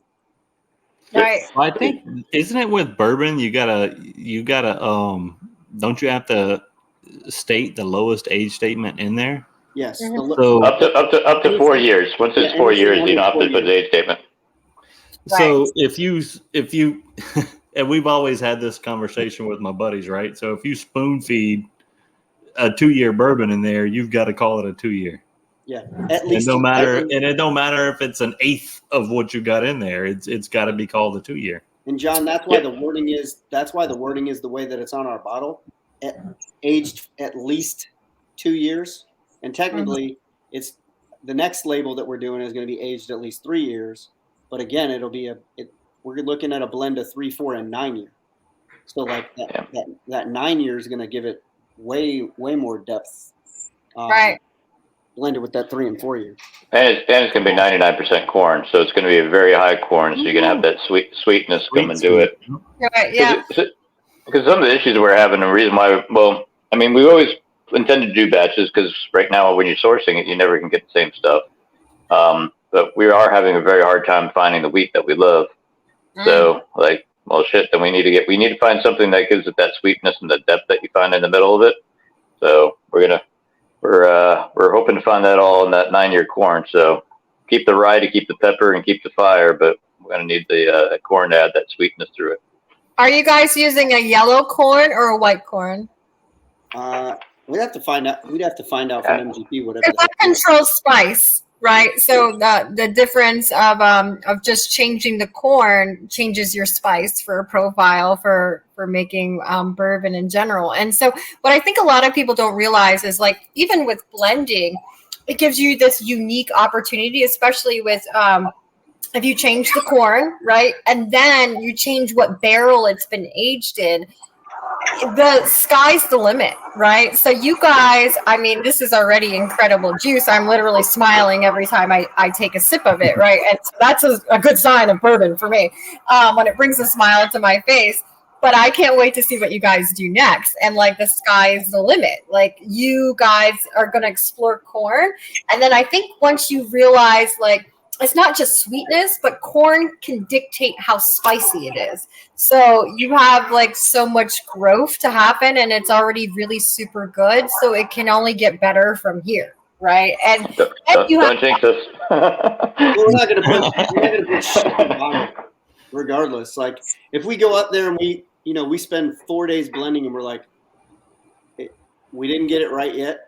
I guess we're gonna have to spend a 5th, 6th, and 7th day. Like, oh darn, we'll get it right. yeah, it's not gonna be like, oh, just blend this up and put it in a bottle. That ain't gonna happen. right. Because your name's on it and it's important. And so you're not just trying to make a buck, right? Like, you're trying to put something out there that's going to be enjoyable, that's going to bring a smile to someone's face, that when they sip it, they're like, damn, this is good, right? And every single, like, right? Every time I take a sip of it, I'm happy, right? So it's bringing a positive feeling. And that's what whiskey should convey.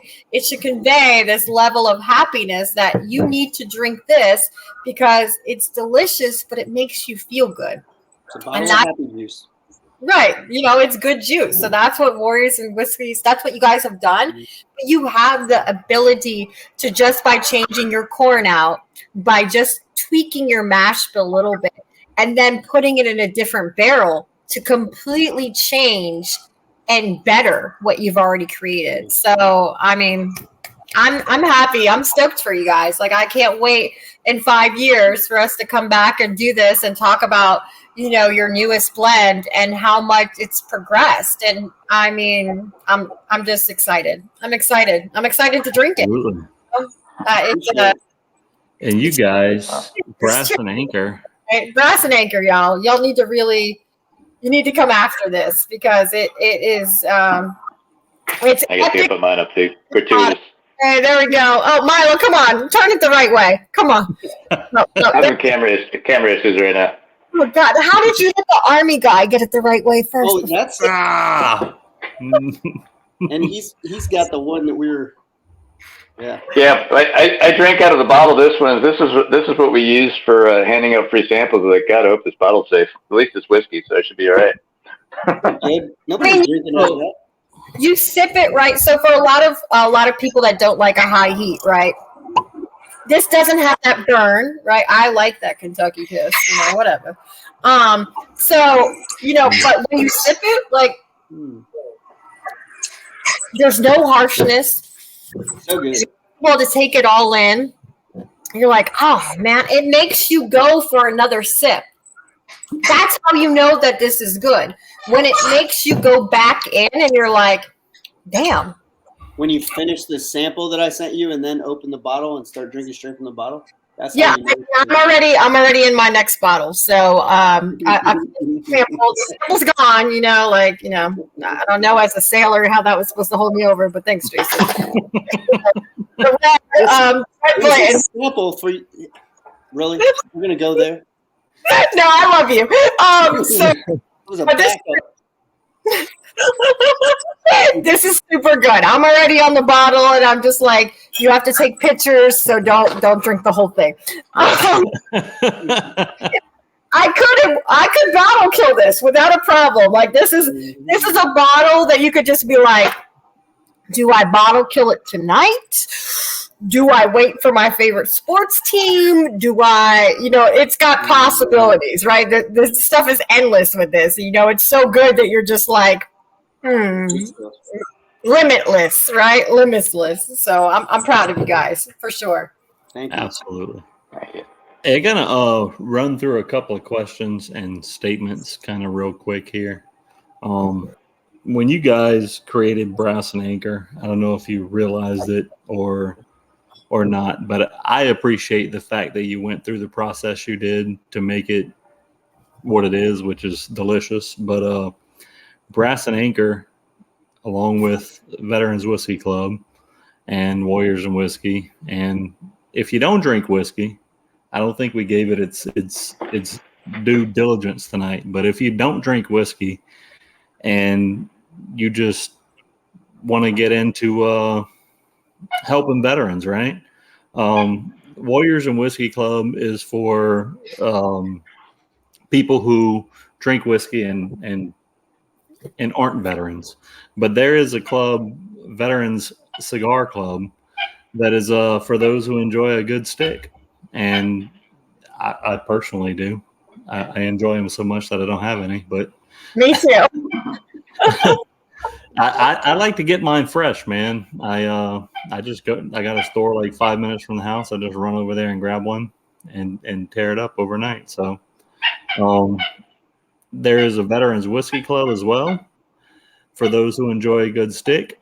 But you guys have effectively, in my opinion, you represent the greatest group of men, women, and individuals on the planet who have been willing to sacrifice everything to make this country the greatest country on earth.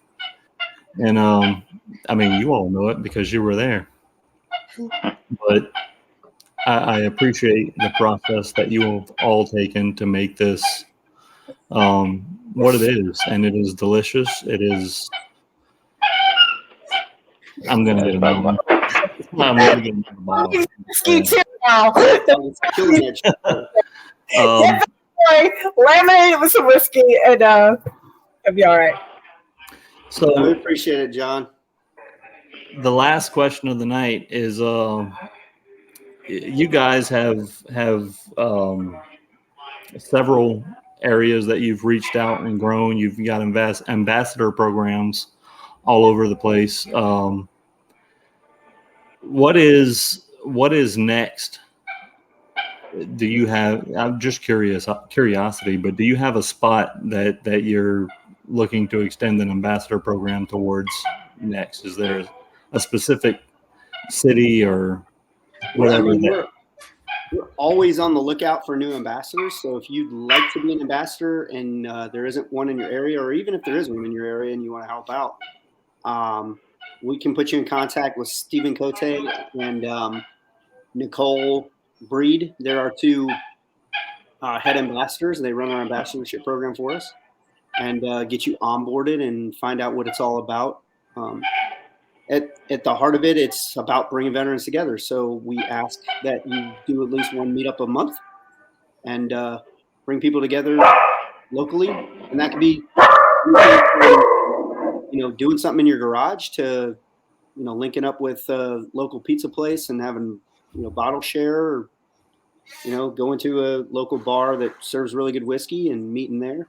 That's all it is about, is getting us all together and holding meetups and growing your area chapter. Colorado is actually really probably our biggest one. St. Pete's doing pretty well. Tampa,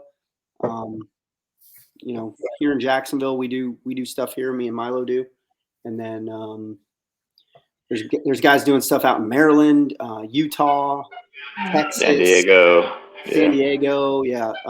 Deborah Sellers out in Texas is doing some awesome stuff. You've got Vern and C Cups out in California. Like there's ambassadors. Ed White in Maryland, Baltimore area. Always looking for more ambassadors. So if you'd like to start a chapter in your area and want to take on a little bit of work, hit us up. We'll put you in contact with Steven and Nicole and get you started. Yeah, we revamped it a bit. We had a lot of lessons learned when we first started. We kind of asked for everybody to help. We got a lot of volunteers, but we didn't give them the best direction, just because we didn't know what it was supposed to be like, right? Stephen Cote actually he's probably our most successful one, and man, this guy's gold. I don't know how he does it. He's way better at it than we are. No worries. But now, yeah. But now so to answer your question, sorry, my dog's squeaking toys all over the place. I don't know if you hear that or not. But we would definitely consider ambassadors from anywhere, right? But we will tell you that the more successful ones at least have contingents of veterans close by, right? There's some folks that are like in the middle of nowhere, and there aren't a lot of veterans, and man, we want to go in there, but if you start having meetups, you still might be a veteran of one. you know what I mean? So it's we do take some into consideration there, but we also try to help support a lot better. It's like, hey, this is how we set up discuss meetups. Maybe go to distilleries, maybe doing these partnerships and stuff like that. Because once you start getting established drumbeat, like the happy hour every week or every couple of weeks, something like that, then next you get a group of friends, and that's the dream, right? Hey, my dream is, when I finally retire from my day job, is to be able to drive across the country and just to stop at every chapter across the country and be able to have people I can hang out with, people I can do stuff with. So we're getting there. And so if you got people that are interested and want to help out, we actually have we got our social media, which we got plenty of going there because that was getting out of control. We could do it all ourselves. And we got the city ambassadors, those ones doing meetups, but we're also in the process of looking for brand ambassadors for whiskey too. So that's gonna be we haven't set it up yet, but that's coming soon. And it might be combined with the regular ambassadors, but we don't want to put too much on their heads because it is right now, since we have no money, it's a volunteer position. Yeah. Hopefully one day maybe it won't have to be, but available. On this, I guess they jumped the end, never again volunteers. I just want to highlight, we're wrapping it up, right? But DC has a cigar lounge that you can pair your whiskey with your bourbon. And so just when you get to start exploring whiskey and then pairing them with cigars, when you thought like whiskey was one-dimensional, you put a cigar and it's just like it's fifth-dimensional is what I'm going to say, right? Like we could have a whole show on just cigars and whiskey pairing alone. And maybe in the future, that's what we'll do, right? But just knowing that like cigars are not this just like, one, you have to learn how to cut your own cigar, right? You have to learn the kind of smoke that you're going to have with it. I like a full flavor, and that's not surprising because I like high proof whiskey, right? So for me, that makes sense, but not everybody is at that level, right? So just knowing when you're exploring cigars, maybe start with something light, and pair it with something light, and then go from there, and that will open this whole different world to you because cigars, they're delicious. And I only drink and have cigars when I'm drinking whiskey together, right? So I've done a lot of, there's a certain police association that I've done work with in New Jersey, and I pair cigars with the whiskey and we all smoke cigars together, right? And so it's delicious to me. You guys don't even understand that smokiness that you feel in peat or that corn that you feel in bourbon. There's a cigar that like literally like does this with it. And so start on your path of whiskey. Then there's like this whole other layer that you get to play into. And when you do that, your mind will be blown. Like, I mean, it'll be good. And I want to encourage, like, I know cancer rates with cigars and blah, blah, blah, but you don't have to do it all the time, right? I don't. I only do it in maybe social atmospheres, or I'm doing something for a nonprofit, but it's tasty. It's tasty. I mean, I don't know other way to describe it other than and bourbon together. Like, it's a perfect marriage. So, Yep. pick your lane, and then you have this whole other world to explore, right? You're like, I really love this bourbon. Well, guess what? There's something else for you to do too. So, there's a cigar and whiskey lounge. If you're like, I'm not familiar with it, or I don't drink or something, no problem. Like, the world of cigars, limitless as well. So, just throwing it out there. Hey there. Somebody's got to figure out the perfect cigar to go with Brass and Anchor. And it's, I will gladly do that. I will. If that's my assignment for tonight, that's your homework. I know a person. I know a guy or a girl or an Amazonian that could do that for you, right? But I just want you guys to know that you're not just limited in this group about joining whiskey. And secondly, you don't have to join. You don't have to drink to join. You just have to be a veteran. That's it, or active duty service member. And just join and kind of feel it out and see what it is. But if you're like, man, I love bourbon, I've kind of reached this limit, I don't know where to go, cigars.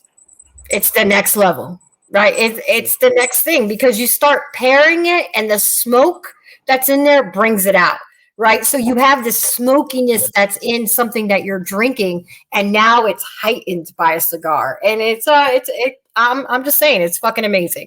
So I'm just. It really is. It really is. Sailor, you don't have to look at me as just a woman or something like that, but as just a sailor, right? Like, we've been known to smoke cigars, and I'm just saying, come experience it. And if you don't know how to cut your cigar, and you're kind of like, I don't know what to do, don't worry about it. There are people there to guide you. Just like we guided you when you first joined the military, there's somebody to mentor you and say, this is how you cut it, right? This is how you light it. This is how you do this. And then you can add bourbon into it too. So don't be intimidated by a cigar. Like, just don't. Because if you don't know how to do it, somebody will show you the way, because they want you to experience this. It's the perfect pairing. I mean, it's the perfect pairing. It just is. So come join, right? Come get in here. And there's so many levels for you to start exploring. It's ridiculous. It's endless. So I'm just going to put it out there, because I know a lot of people are like anti-cigars, but I just think that they haven't been shown the way, and they don't know how to pair it with whiskey yet. And it's a trial and error. It's a trial and error. It's a trial and error. But would I encourage you to go full flavor like me? No, not on your first try, right? Like, if you don't like a high heat of whiskey, I would never encourage you to go for a full flavor cigar. I want you to enjoy your experience. The point is not to, just drown you in something, right? I want you to keep smoking cigars. I want you to keep drinking bourbon. I want you to keep drinking scotch. I want you to keep drinking Irish whiskey, right? Like, I want you to enjoy this experience that we're having, that we want to share with you, because it's so fucking good. Like, it's not like we're trying to keep it from you, right? We're saying, come enjoy this with us. That's all I gotta say about cigars. I mean, I just, Are you sure? No. She likes cigars, I think. She likes them. That's what I heard. I didn't get that. I'm not sure where you got that from. You need to go Rumor has it. So look, we got a song we typically close out our shows with. It's a song by a veteran. It's called "If You Drink, Come Drink One With Us." Chris Turner, great song. If you never heard of him, go find him on Spotify or YouTube and give him a listen. We're gonna have him on eventually. I think 3 or 4 shows. Yeah, 2 or 3 shows from now, we got them scheduled. But anyways, Chris Turner, if you drink, come drink one with us.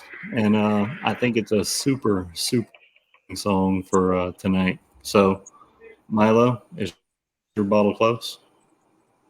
Hey, let me go grab it.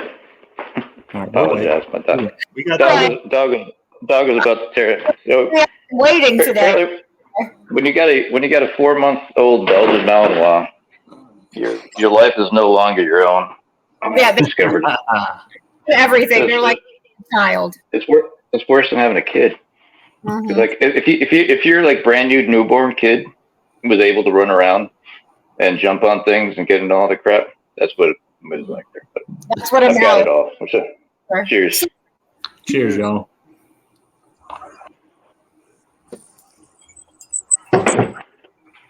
Mm.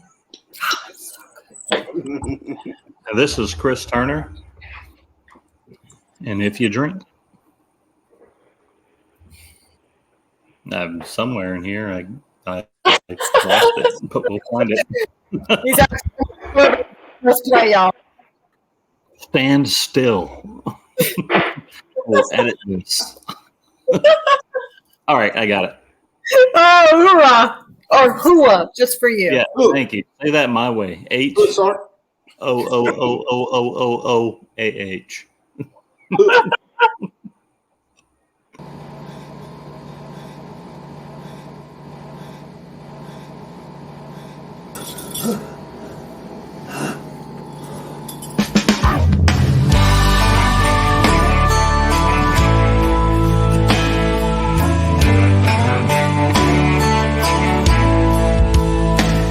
He was driving somewhere between Gallup and Winslow on an old stretch of Route 66.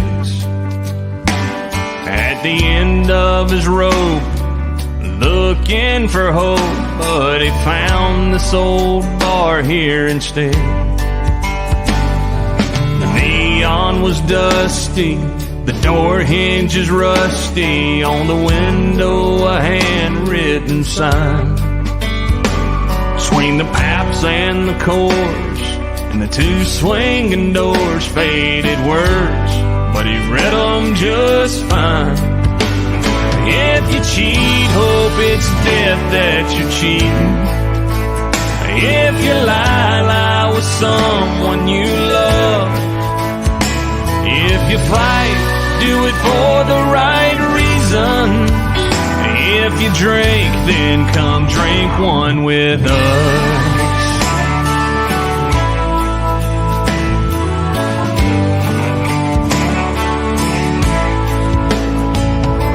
The whole place was packed.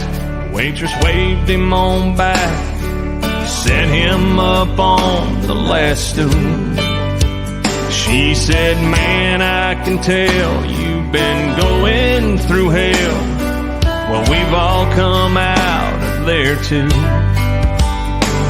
And we live by our own golden rule. If you cheat, hope it's death that you're cheating.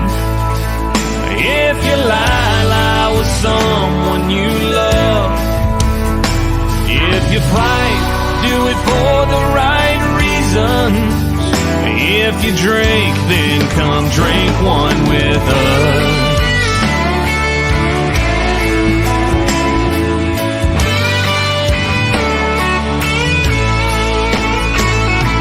All we can do is the best that we can.